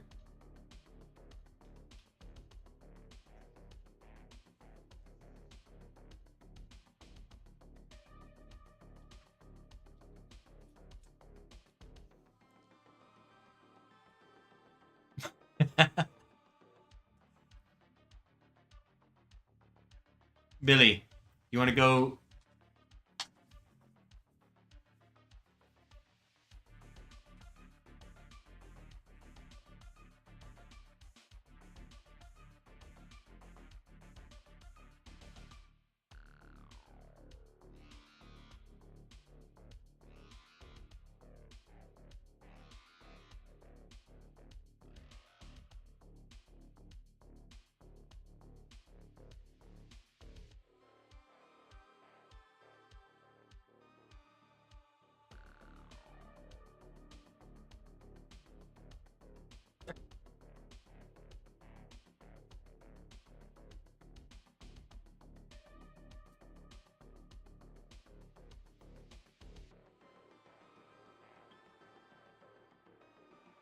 Oh, literally my best friend on this planet.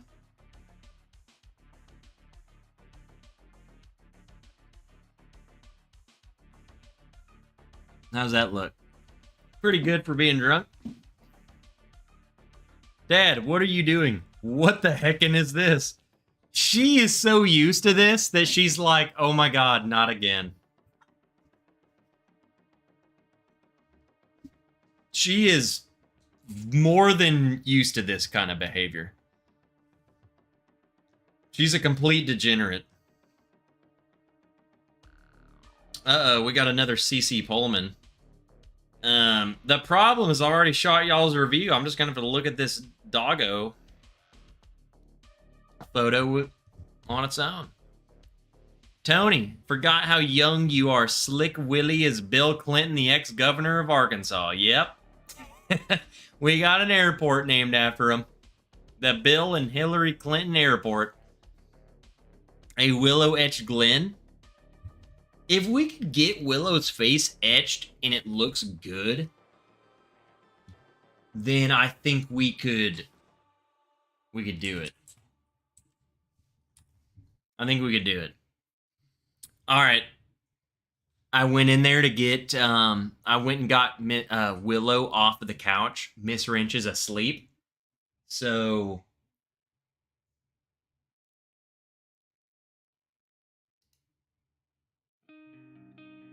I'm going to have one more pour as I listen to this song. You guys know I love my music. And it's also sideways.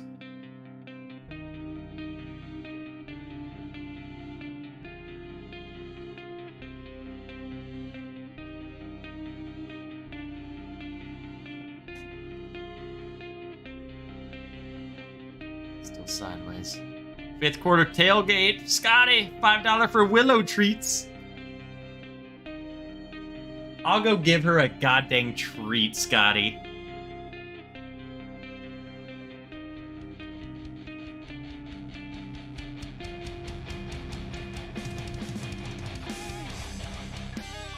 Let's get another glass.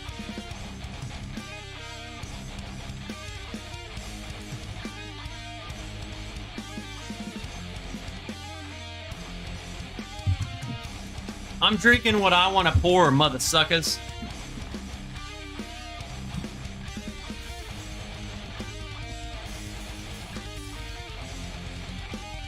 I gotta get these off the glass because it's driving me nuts.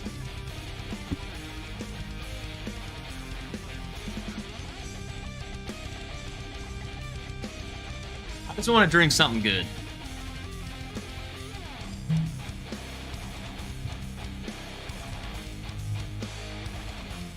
Cheers, guys. Thanks for hanging around. Absolutely love you guys. Willow holding a wrench like a bone. I don't know. Hold on. They're over here. They're over here. I'm an idiot.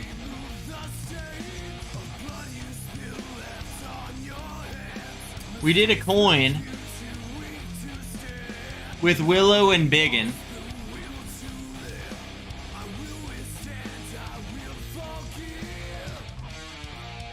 I don't see why we can't do like maybe we do a mock-up of like Willow for the Glen, you know?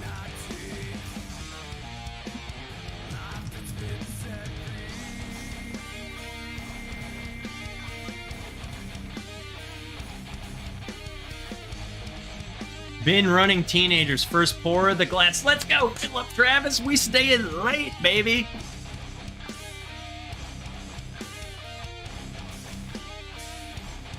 We staying late. If you guys are here, I'm here. That's all there is to it. We like to hang out, baby.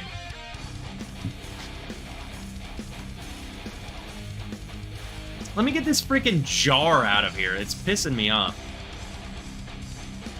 Let's hide that crap.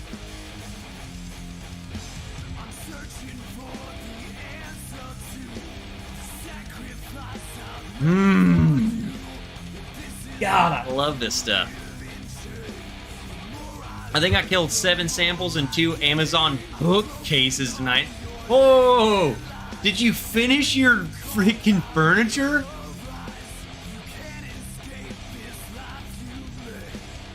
Emily Chambers, I saw you come in here, and she says, "Good night, peeps. Drink more water." We love you. I love you.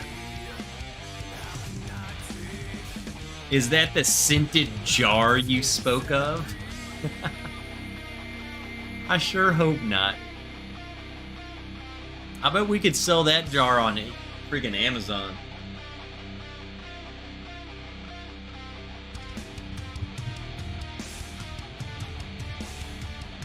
Weller 12 or ETL? Elmer T Lee.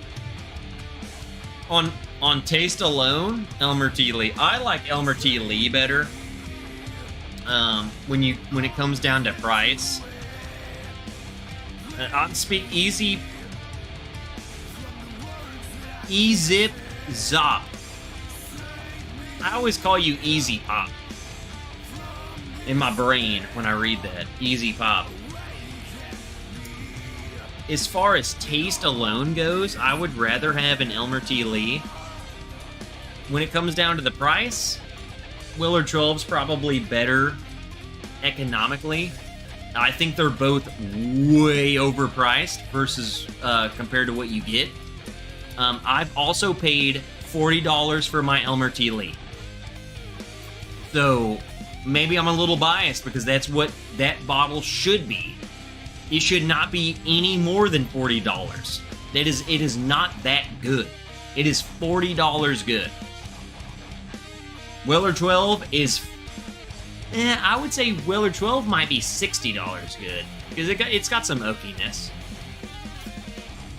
Not 250 plus. So they're both overpriced bullcrap. It's freaking stupid. But I do like Wise Guy. I 100%. Stu, why would I lie to you? I paid $40 for every Elmer T Lee I've ever paid for. I would never, Stu, I would never screw with you. I promise you. $39.99. I promise you. Was it sitting on the shelf? No.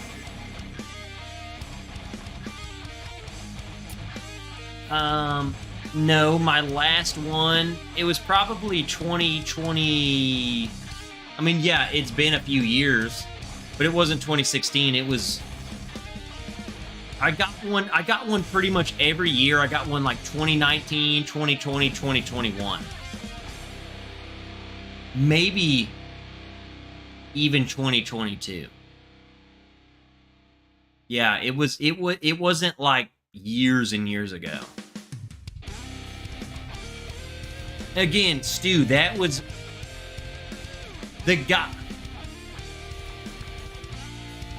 That was the benefits of knowing a manager type of, hey, we got like 12 bottles of Elmer T Lee and we will sell you one for $40. So it wasn't like I walked in the store and saw one. It was who I was versus what they got and who it was and who was willing to sell me one. So there was a lot of stuff to go into that.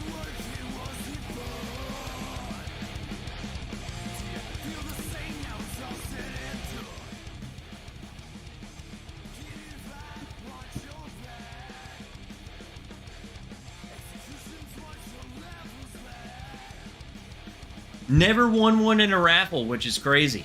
Because I've gone all the raffles, like I've gotten more rare bottles from just knowing a manager or something than I have at a raffle. Which is kind of ridiculous.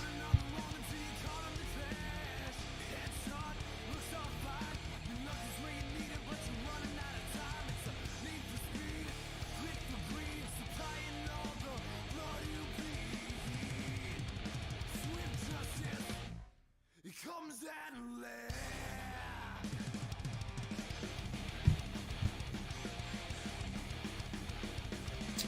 Yeah, the 107's probably one of the best. I've had some Weller full proofs that are fantastic. What's the last bottle everyone's purchased?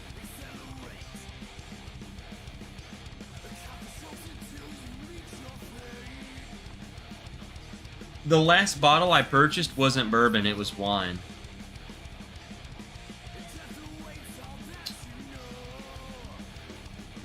Probably a new riff. I bought a new riff. A Nuru. I bought the new.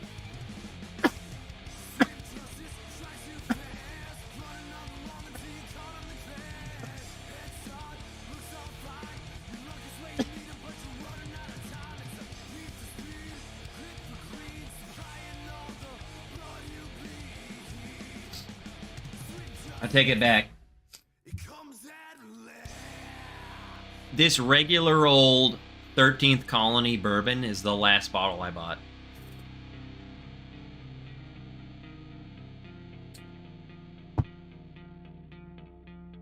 What's up, Teddy Ballgame? A case of Moët Chandon. God dang it, CC. I know what that bottle is. Yep. I haven't tried that one.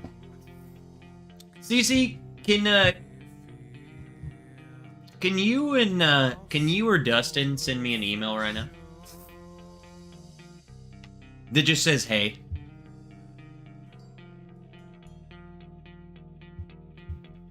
I would much rather it be CC, like with every ounce of my body.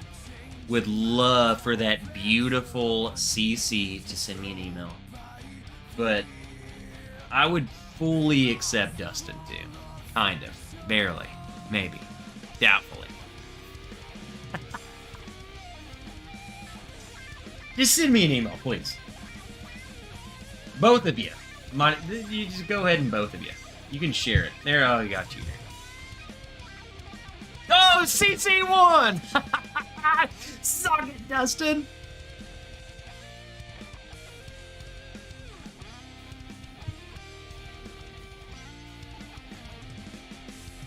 I mean, Dustin's always like, why do you read CC's comments first?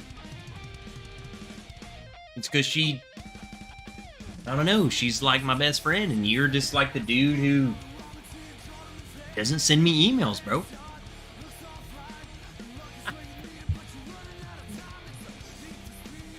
No, I'll message you here in a second.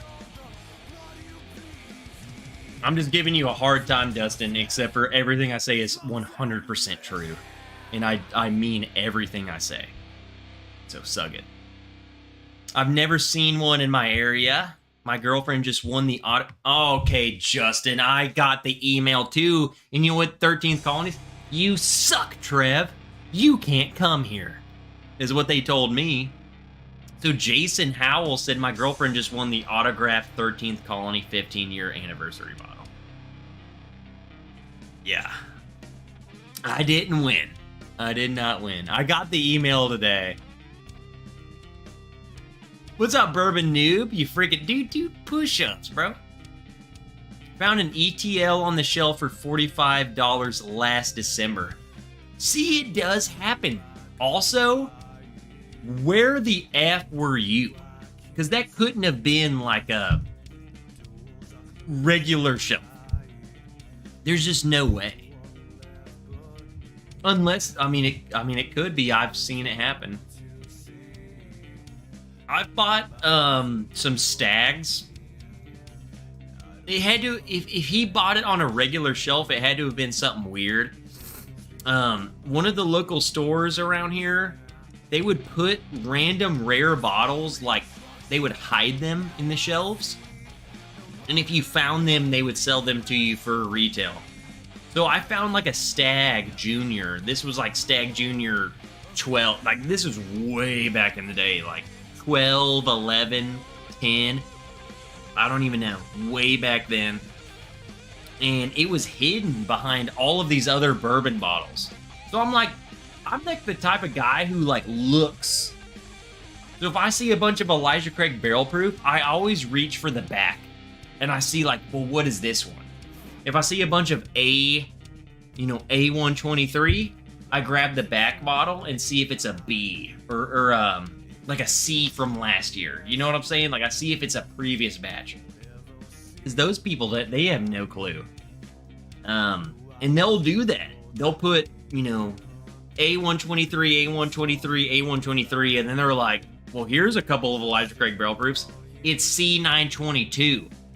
And they stick them in the back. They do that.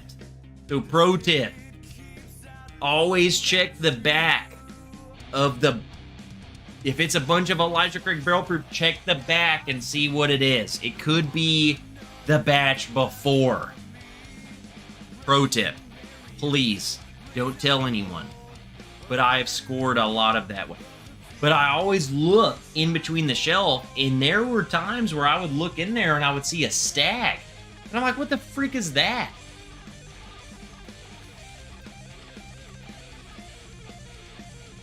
Stag Jr. Hidden in the back. People do weird crap. People do weird stuff, and you need to look for it. Just got 5 bottles. One was New Riff single barrel or store. Yeah, those. It's the single barrel stuff's so good. CC, let's link up for some pours. I live 20 minutes away from you.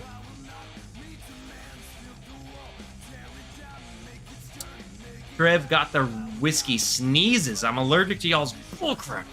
The Elijah Craig barrel proof with a tag on the neck. Get it. I basically listen to everything Stu says. I'm not gonna lie. Mike Reed. Where did that go?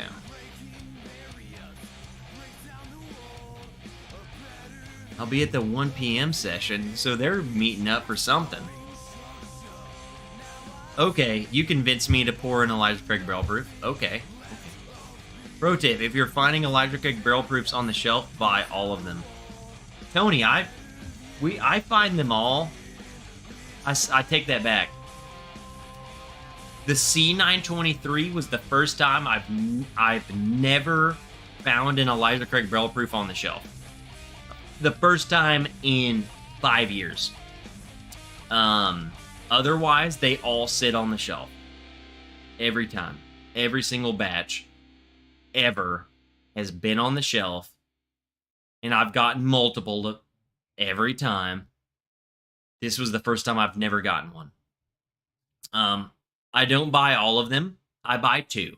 I buy one to open. I buy one for spare. Period. Dunzo. I'll let someone else... I would much rather just get my fix. Because I mean, like, let's face it. Why would I want to spend $300? Like, let someone else enjoy some whiskey. But yeah, I would agree.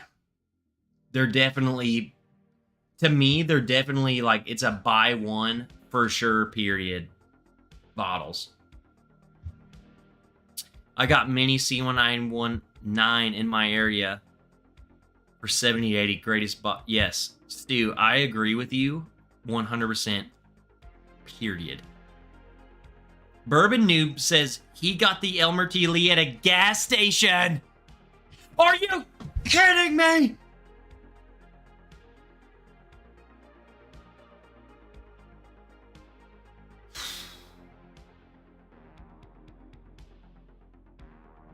Gas station?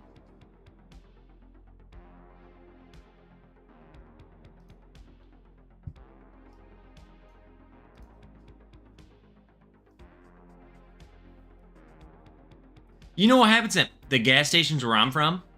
Crack, cocaine, hookers, and not the good kind either. Just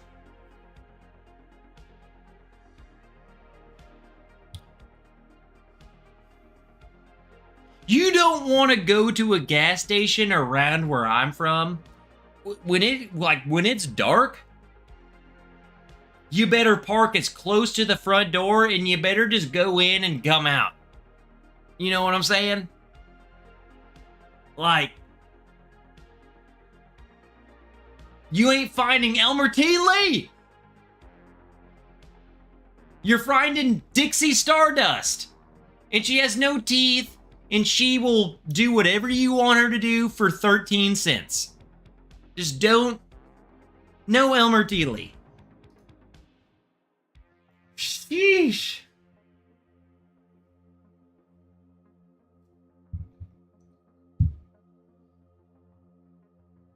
It ain't it. It ain't it. There ain't no Elmer T Lee, bro. You go in there and they're like, yeah, I know, Elmer T Lee. Come on, I'll show you how to, I'll show you back in the hunting on your car, huh? Yeah, I'll show you who Elmer T Lee is. And I'm gonna show you Elmer T Lee's tongue, yeah. That's what you're gonna get. Welcome to Arkansas.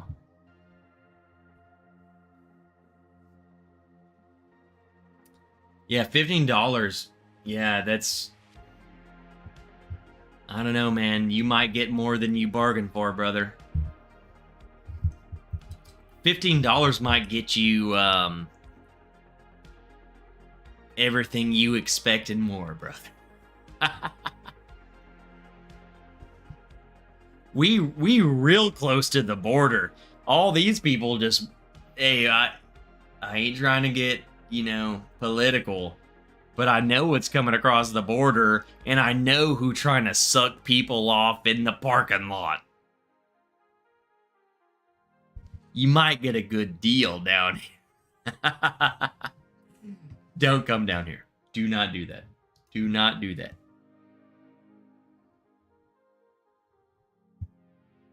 Your medical bills are a lot more than 15 bucks. Stay away from them. They trying to...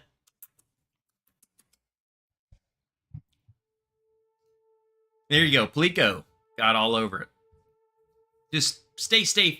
Stay safe down here. I don't know if you guys enjoy... I don't know what you guys think about... Show just went off the rails. Damn good show, Trev. I don't know if you guys enjoy the Waffle House. Classic down here in Arkansas. If you ever like drink bourbon down here, I highly encourage you to go to Waffle House.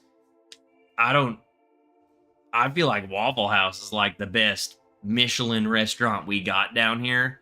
Man, if you're gonna eat a Waffle House, you better eat it down south. Cause them fools know how to party. Down here, down south, the Waffle House. That being said, don't talk to anyone in there, period. Do not talk to anyone, no matter how drunk you are. Do not go anywhere with anyone. Just please, just eat the waffles and leave. Okay? That's what I'm getting at. We probably, like, I feel like Arkansas probably has the, you know, down south, like, these sketchy states have the best Waffle House. But they also got the sketchiest Waffle House. Like, they about to make you the best waffle, but you also have the highest chance of catching an STD by simply pissing in the urinal. Like, I feel like an STD gonna stream up, like, fly up your piss stream. So you gotta be careful. Just don't touch anything that you don't need to touch in the Waffle House down here. But it's like, yeah, that's like Michelin star good down here. Promise you. Fun fact. CCS, a very, very important question. Are you still planning a bonfire meetup? I'm absolutely planning that. I think this is what we got to do. And what really threw a wrench in the last thing and what prevented it all was the engagement. And then the engagement happened, and now we're getting married. next month. I feel like once we surpass that, open book. So I personally, like, I have been on this whole meetup thing. We have the land. We have the lot. It is our lot. As of now, here's a fun fact. Cece and anyone who is like, what are you talking about? We have a huge shed built on that plot of land now. It's an indoor thing. I mean, I don't know what we would do in there, but we have a freaking hard building now. I'm sure you could put your, if, you know, Cece, I don't know. Anyone named Cece, I feel like she's gonna like doll herself up. She need to be in a tent inside of a building. You know, Dustin doesn't know what he has. Cece is like the most beautiful girl I've ever seen in my life. And she needs to have an indoor public facility. Okay? And we have one of those now. But we have one of those on the land now. But my whole idea is we have this huge acreage of land, and now we built this shop on there, indoor shop, but then there's still like an entire 2 acres behind it. I want people to be able to, one, if you don't want to camp, we live right next to freaking hotels. 5 minutes up the road, there's hotels. 2, I want people to be able to say, hey, I want to camp. I want to bring a tent. I want to bring a camper. We have the land for campers. We have the land for tents. Set them up. I want a weekend where we just like, I don't want to say rough it, but like in my mind, I'm about to be out there in a tent. You know what I'm saying? We about to rough it. We're going to set up some tents. We're going to set up some freaking, you know, Cece, she probably going to be in a camper. I'm going to be in a solo tent, like a freaking army tent. And we're going to have a good time. And we're going to have we have a huge, out there on the property, we have a huge bonfire pit. I swear to God, like, we'll set off a bonfire and it seems like 1 week later, it's like ready for another bonfire. I don't know where all of this stuff comes from. You just blame my dad. But it's just like, when I say bonfire, I'm talking like sacrificial, massive fire. It's ridiculous. So that would be awesome. And everyone just comes over, free camping, free pitch your tent, pitch your camper, campsite shenanigans for a weekend. And we party and we'll grill. We get the grills out there. Man, that would be fun. So I think we should do that. And I think there's enough of you. I mean, shoot, I say even if 10 of you would show up, but I know for a fact, like, the more we talk about this, I could name 20, 30 plus of you who are 100% in. When I say these are the dates we're doing it, and they will be there. So, can we have a silent auction for whose tent you sleep in? I mean, I'll buy like a really big tent and we can all sleep in mine, Glock Juice. You and Dust just jinxed with rough it. I hope there's a nearby hotel because I cannot rough it. CC. I'm gonna tell you this. Yes. For one, the answer is yes. There's a town from where the field is. There's a town 5 minutes away. They have hotels. I probably wouldn't recommend them. I'm sure they're fine. I've never stepped foot in one. But it's also not somewhere that I would personally stay. But then in the town where like my gym is and all of this stuff, they also have hotels, which would be 10 minutes away from said field. And I think that would be a much better bet. Is it a Marriott? No. We're talking like, this is going to be the bottom of the bottom. Like, we're talking like top tier Holiday Inn. You know what I'm saying? Like, you ain't gonna get roaches. You got a bed. There's no blood stains. You won't get killed. It's clean. Like, you ain't stay. I'm just gonna. I want to be transparent with you. You ain't freaking staying in no 5-star hotel. That's like, you need to get your expectations way low if you're staying close to this. Clean bed, no blood. What else? What else do you need? They're actually, what's funny, Cece, by this point, by the time we do this, they're actually building a hotel, like, they're building a good hotel in the city. I don't know why they're building this. It looks very nice. I don't know why.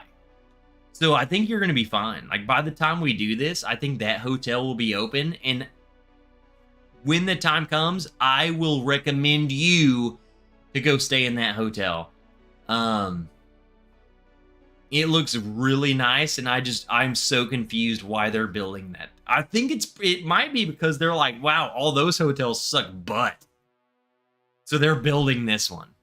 Like, I don't know why anyone wants to stay in my city is what I'm getting at. So why are they even building that? So, yeah, that's a thing. What's up, Caskins Q?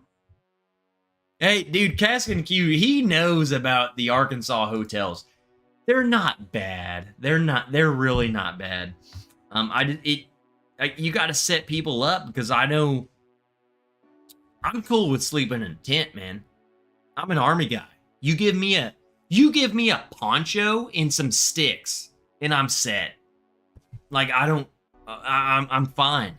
I'll be warm in a blankie. Give me a little blankie. I'm fine. So when I go to hotels, I view them different than a lot of people. I think a lot of people are like, oh, this is bullshit. And I'm like, you got a shower, you got a bed. Like, what are you complaining about? So I think we all view things different. So I try and address that.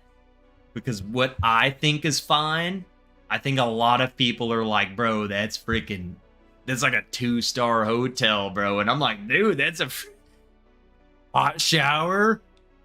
The sheets didn't smell. I didn't see any blood. We're fine. You know? Like, I'm fine with it. That's all we need. Do we got a sink? We got a shower? We got a bed. And when I observe it, they're all clean. We're set. Done. Good. I don't smell smoke. I don't smell freaking lard, lime. I don't smell like bodily fluids. I don't smell any of that. We're good. We're good. I swallowed a book of symptoms. It gave me a thesaurus throat I've ever had. David. Let me ask you, David.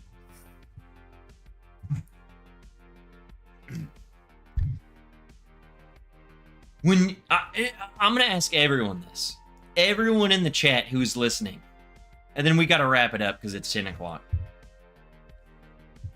I didn't expect this to be my last question, but it's got to be. Dustin, I'm going to get to your email, dude, whenever I end this. God dang it, Dustin sent me a freaking email. Now I'm gonna have to reply to it.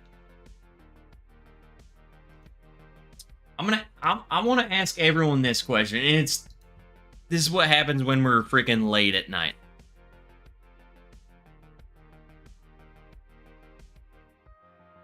It's 10 o'clock, I gotta end it. When you go to book hotels, like what is your cutoff limit for hotels? I don't even know how to ask this question. I just want to know, when you guys go to book hotels, when you're looking at staying somewhere, do you look at the cheapest thing possible, and then you start looking at reviews? Like, how do you go about it? Do you look at price? So like Fly Fisher says 150. So you don't look at anything under 150? So you're going for price alone? Or do you look like, to me, I don't care what the price is. I don't care if I can get in like an Airbnb or whatever. If I can get something for 40, 50 bucks and it looks clean, you know, shoot, I stayed in an Airbnb that was $20 a night, and it was fantastic. So it's like, what is your cutoff for, like, when you're going to stay somewhere? What are you looking at, and what turns you away, and what, I'm staying here and I'm not staying there? I'm trying to gather, like, what won't you stay in versus what do you go for? If that makes sense.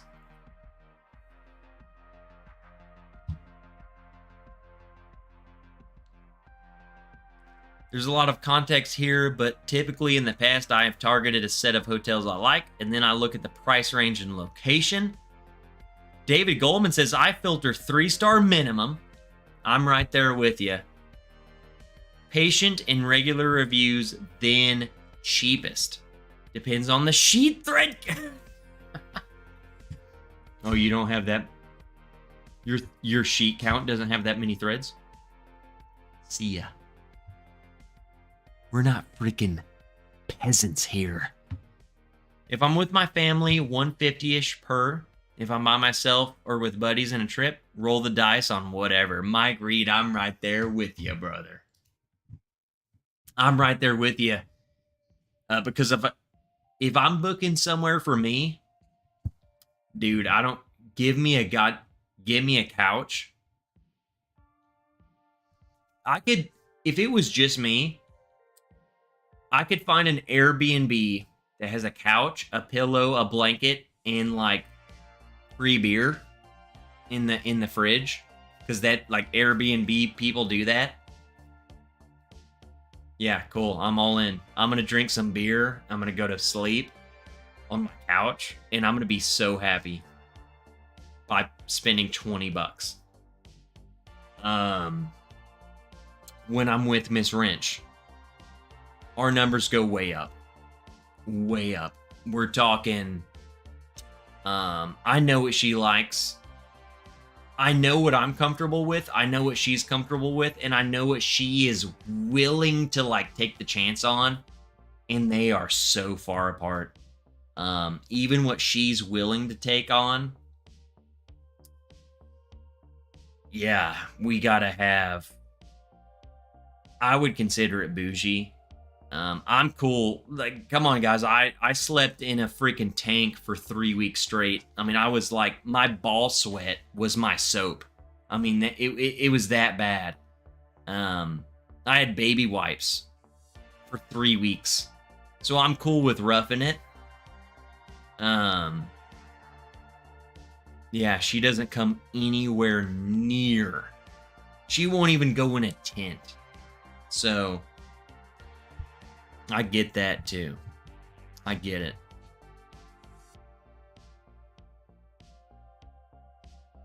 Vegas trip I'm planning with the girls is $1,500 a night for the suite. I mean, it's a suite. I mean, it depends on how many people are there, too. Also, Vegas is just expensive. But you're splitting that up, huh? I mean, $1,500 a night. That isn't, like... I mean, maybe it's just you paying. But when I read that, trip with the girls, I feel like it's like everyone... It's like split between X amount of girls. So therefore, it's like, what, $300, $400 a night? Totally worth it.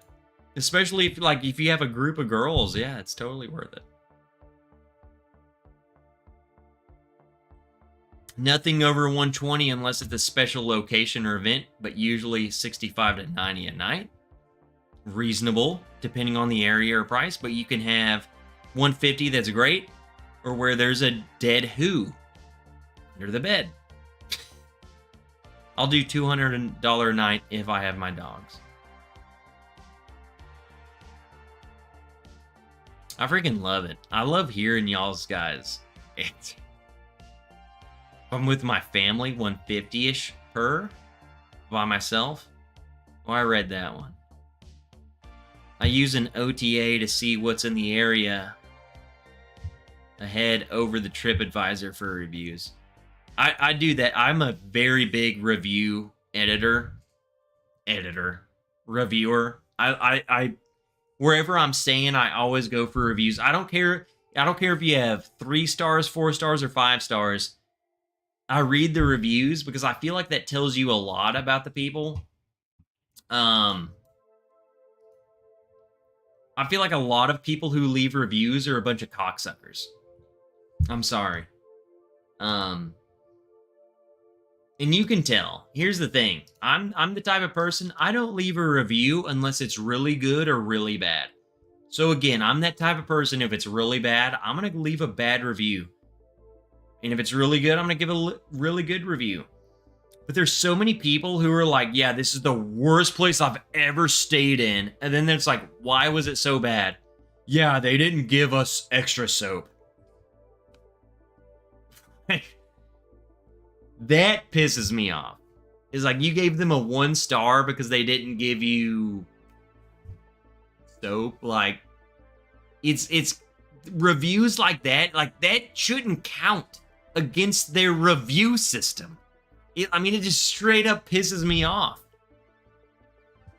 I've stayed in some great places that I've given this is like a 10 out of 5 star, and people are like, yeah, that's 1 out of a star. They only gave us 3 wash rags instead of 8.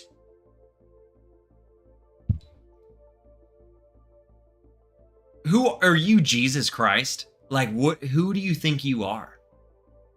You know what I'm saying? It just drives me freaking crazy, man. How about you? How about this? How about you literally take a step back and F your own face, and then go pitch a goddamn tent and go sleep in your own filth for 3 weeks while the enemy's trying to kill you, and then you come in here and bitch about I don't have 8 rags. How about that? How about you go do that, and then you can come and bitch and complain about 1 star. Otherwise, 3-star minimum. 3-star minimum. How about that? The Bates Motel is a screamer.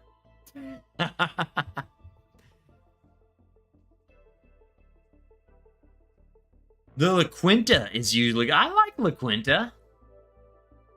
The La Quinta is like a nice, cheap old hotel. A single 1 to 2-star review isn't a deal breaker, just a complainer. But if there are more than 1 stars, or if there are more 1 stars than there are 3, yes, David, that's exactly what I'm saying. When you look at, like, if majority of them are high, and then there's a couple of these 1 to 2-star complainers, I don't know what you think you're looking. I disagree with them completely. Speaking of Jesus, make sure you all go to Praise the Lord Sunday outside the Star. I don't care what you guys believe in. You can believe, not believe, whatever. Love you all the same. We'll be going. Even if I'm hungover sometimes, not gonna lie. Still show up.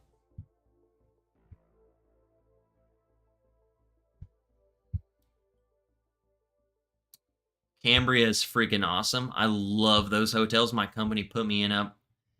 Cambria, huh? I've never even heard of that. Trev Rants Motel Edition. We need to start a Bourbon Ranch hotel review, huh? I go and stay in my local hotels and rank them with bourbon. I'll be like a travel channel. I'll do anything stupid.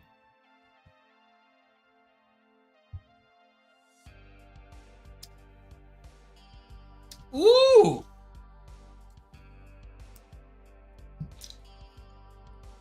God dang, is this good? JG, I look for consistency in reviews, not one-offs. That's always the thing.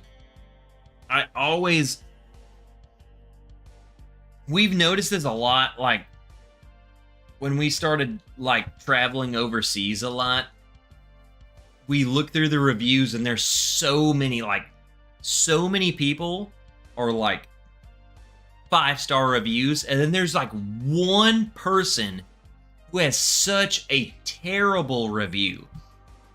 And it's like, how does every person before you have a 5-star review, and how does every person after you have a 5-star review? How are you 1-star? Like, all these people are 5 and you're 1?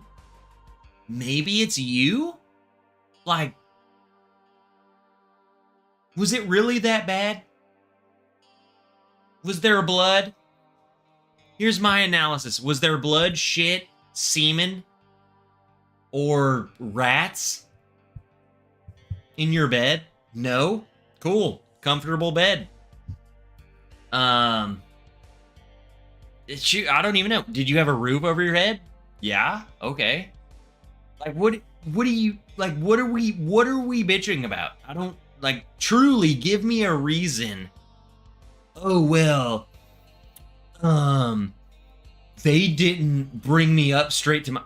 It's always something stupid. You know what I'm saying? It's always just some Karen. Like, can you, I don't know, be grateful for being alive and, like, being in where you're at? I don't, like, what are we complaining about? I don't understand.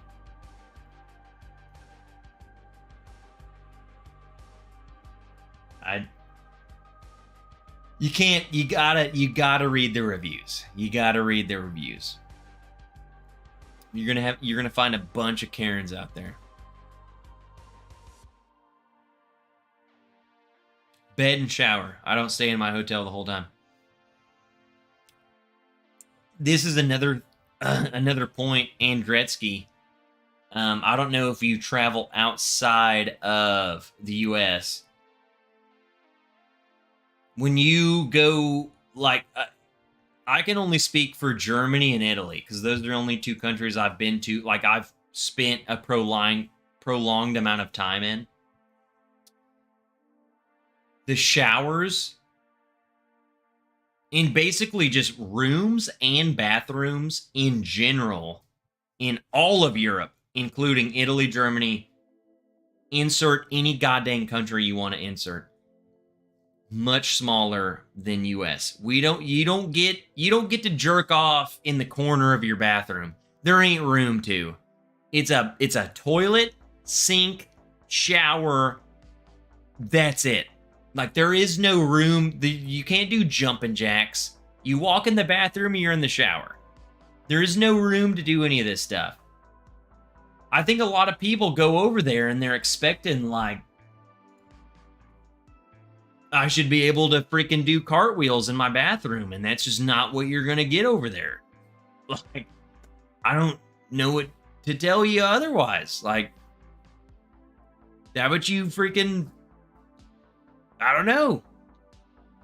It's a shower. There's a toilet. There's a sink. Freaking what else do you need, bro? So, I think when it comes to that, I think, traveling is a bit different. It's a bit more like, man, this ain't like, it's not like traveling from Kentucky to Texas. Everything's the same. Like when you go to Europe, it's totally different. I mean, you spend the same amount of money on a hotel, but the bathroom is like half the size. Like that's just what it is. And that's what we're getting at is people bitch about that. And it's like, that's like a European coming to freaking the South and bitching about, oh, they served us bacon and it was so greasy. Well, freak yeah, do you know where you're at? We about to slab a whole goddamn pig on the freaking skillet. Like, what are you complaining about? We're giving you chocolate gravy biscuits. We're giving you freaking bacon. We're giving you scrambled eggs that were cooked in the bacon. That's what you're getting. So quit complaining. I'm ranting. We're wrapping it up. Let's wrap it up. Love you guys. Because I'm just gonna keep complaining.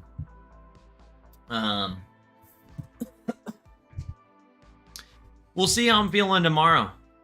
I'm feeling pretty good right now. There's no telling how I'll feel tomorrow. So, Amy Bohm. What's up, Amy? Freaking goddamn. Is there any other way to cook scrambled eggs? Yes. I cook, so we don't eat bacon. I don't know how you guys cook scrambled eggs, but I encourage you to do this. All of you. If you like scrambled eggs, here's a Trev Wrench Tips scrambled egg recipe. And there's no recipe at all. It's how you cook them. And I encourage you all to try it. There's no way to mess it up. You ready? This is the Trev Wilson wrench. This is what I'm gonna cook tomorrow morning. This is what I want you to do. And you might think, like, if you think I'm crazy, then say I'm crazy, and then do it. And then try it. I don't care what you cook in the skillet. If you cook bacon in the skillet beforehand, leave the grease. I'm cool with it. If you don't eat fat and you just want eggs, cool, I'm cool with it. What I want you to do, turn the skillet way down. Turn it to, my skillet goes to 10, I turn it to 3. Turn it way down. Okay? But let it get really hot. If it's at 3, let it sit at 3 for like 10 minutes. Let it get to 3. Okay? There we go. We got it up to heat. What I want you to do, you get a bowl, crack an egg, however many eggs you want. I cook 2 for me. I cook 1 for her. If I'm cooking for both of us, 4. Why not? Scramble it. And I want you to really scramble the eggs, right? The skillet is really hot. It's piping. Spray it with spray. Eggs are scrambled. I want you to pour all the eggs in there. It's on there, okay? Throw that in the dishwasher. You got your skillet with scrambled eggs, right? It's on low heat. I want you to take your spatula and I want you to just kind of shovel your eggs the entire time.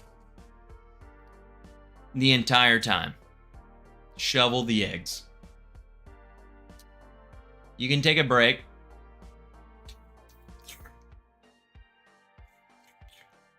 Slowly, you're going to start seeing your eggs turn into scrambled eggs very, very slowly, and that's what you want. Scramble, scramble, scramble. Sit there. I don't know, get a mimosa. Freaking watch TV. That's what I do. I turn around and watch TV. Scrambled. Your eggs. Here's the thing. Here's the thing, guys. This is the most important part. So I've been very boring so far. If you're listening and you're actually wanting to know, your eggs, I want them. This is the most important part. You got all of your scrambled eggs and you're scrambled, like you can be rough with them. Do whatever you want to do with them. You can't mess this up, guys, because I freaking scramble. I shove these guys up. But the thing is you want them to still look moist. So when you're like, okay, there's going to come to a point where you say, the next time, this is the question. You're going to say, the next time I flip these, they aren't going to look wet anymore. Shut it off. Done. They're done. They're going to look like scrambled eggs, but they're still going to be wet looking. That is when you take them off. They are wet looking. They are moist, but they look like scrambled eggs. They are done. Please. I get it. You don't like meat. You don't like rare steak. You don't want wet eggs. Just do it. Dunzo. They will continue cooking and they will... Good. Fantastic. Low heat, keep stirring, and moist. Perfect. We love it wet. Come on, guys. Guys, everyone in this chat, so far, what I'm looking at, all the girls are gone. Guys are still here. Moist is good. You don't want to overdo it. You don't want it raw. You don't want to be sliding a sausage into a freaking dry hole. Shauna, close yours.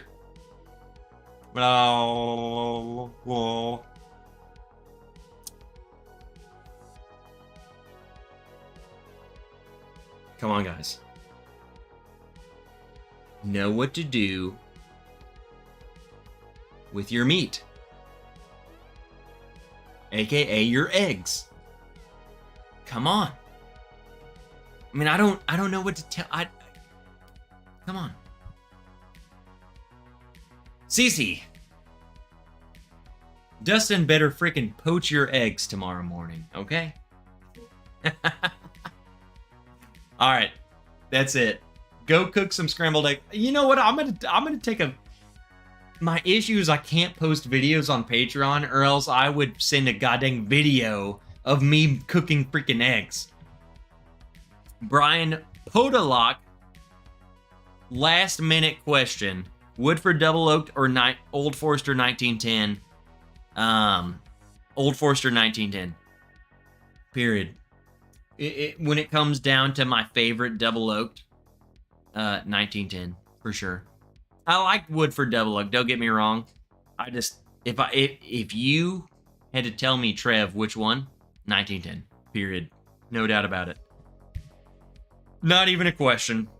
There's no... Look at it. Andretzky and Noah. Trev, did you ever do the live stream with brunch with Mama Rich? No, I didn't. My rant... I was talking to Mama Rich the other day. Like... Wednesday. She wanted me to let you guys know that she misses you and that she's ready for the next live stream, and she hopes you guys are ready, and yeah, she's ready. She's ready for another live stream, so. Shoot, God dang it, I'll film a video tomorrow morning. All right, let's wrap her up. Love you guys. Reach out to me if you got bourbon collections you want to send me, if you just want to talk to me. Whatever. Love you. Good night. I'm really hoping I don't wake up sick tomorrow. I hope I just didn't mask this with, like, whiskey. I'm gonna go drink a bunch of water and vitamin C. I will see you guys where I see you next.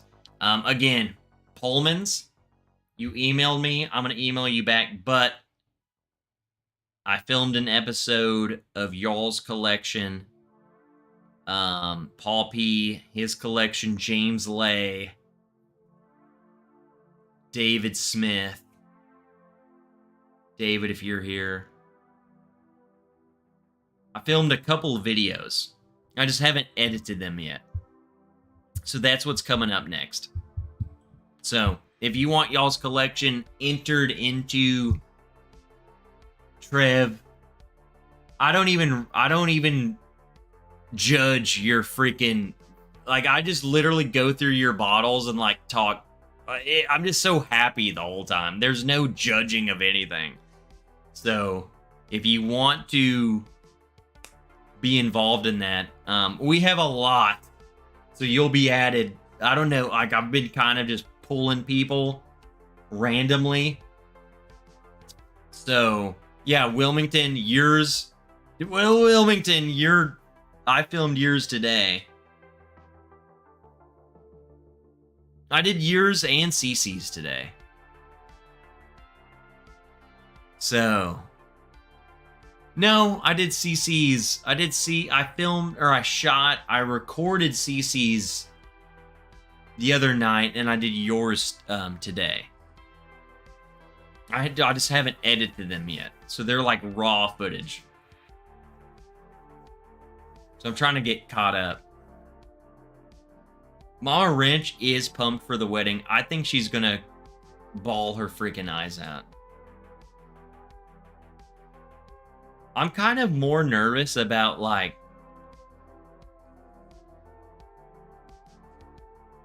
no, we ain't going there. That's too deep. Let's wrap her up. Let's go. Gotta wrap it up. Peter, I love you.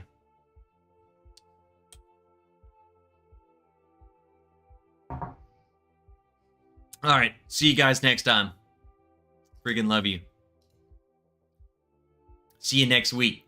Video, live stream, whatever. Love you. Bye. Nerds. Suck it.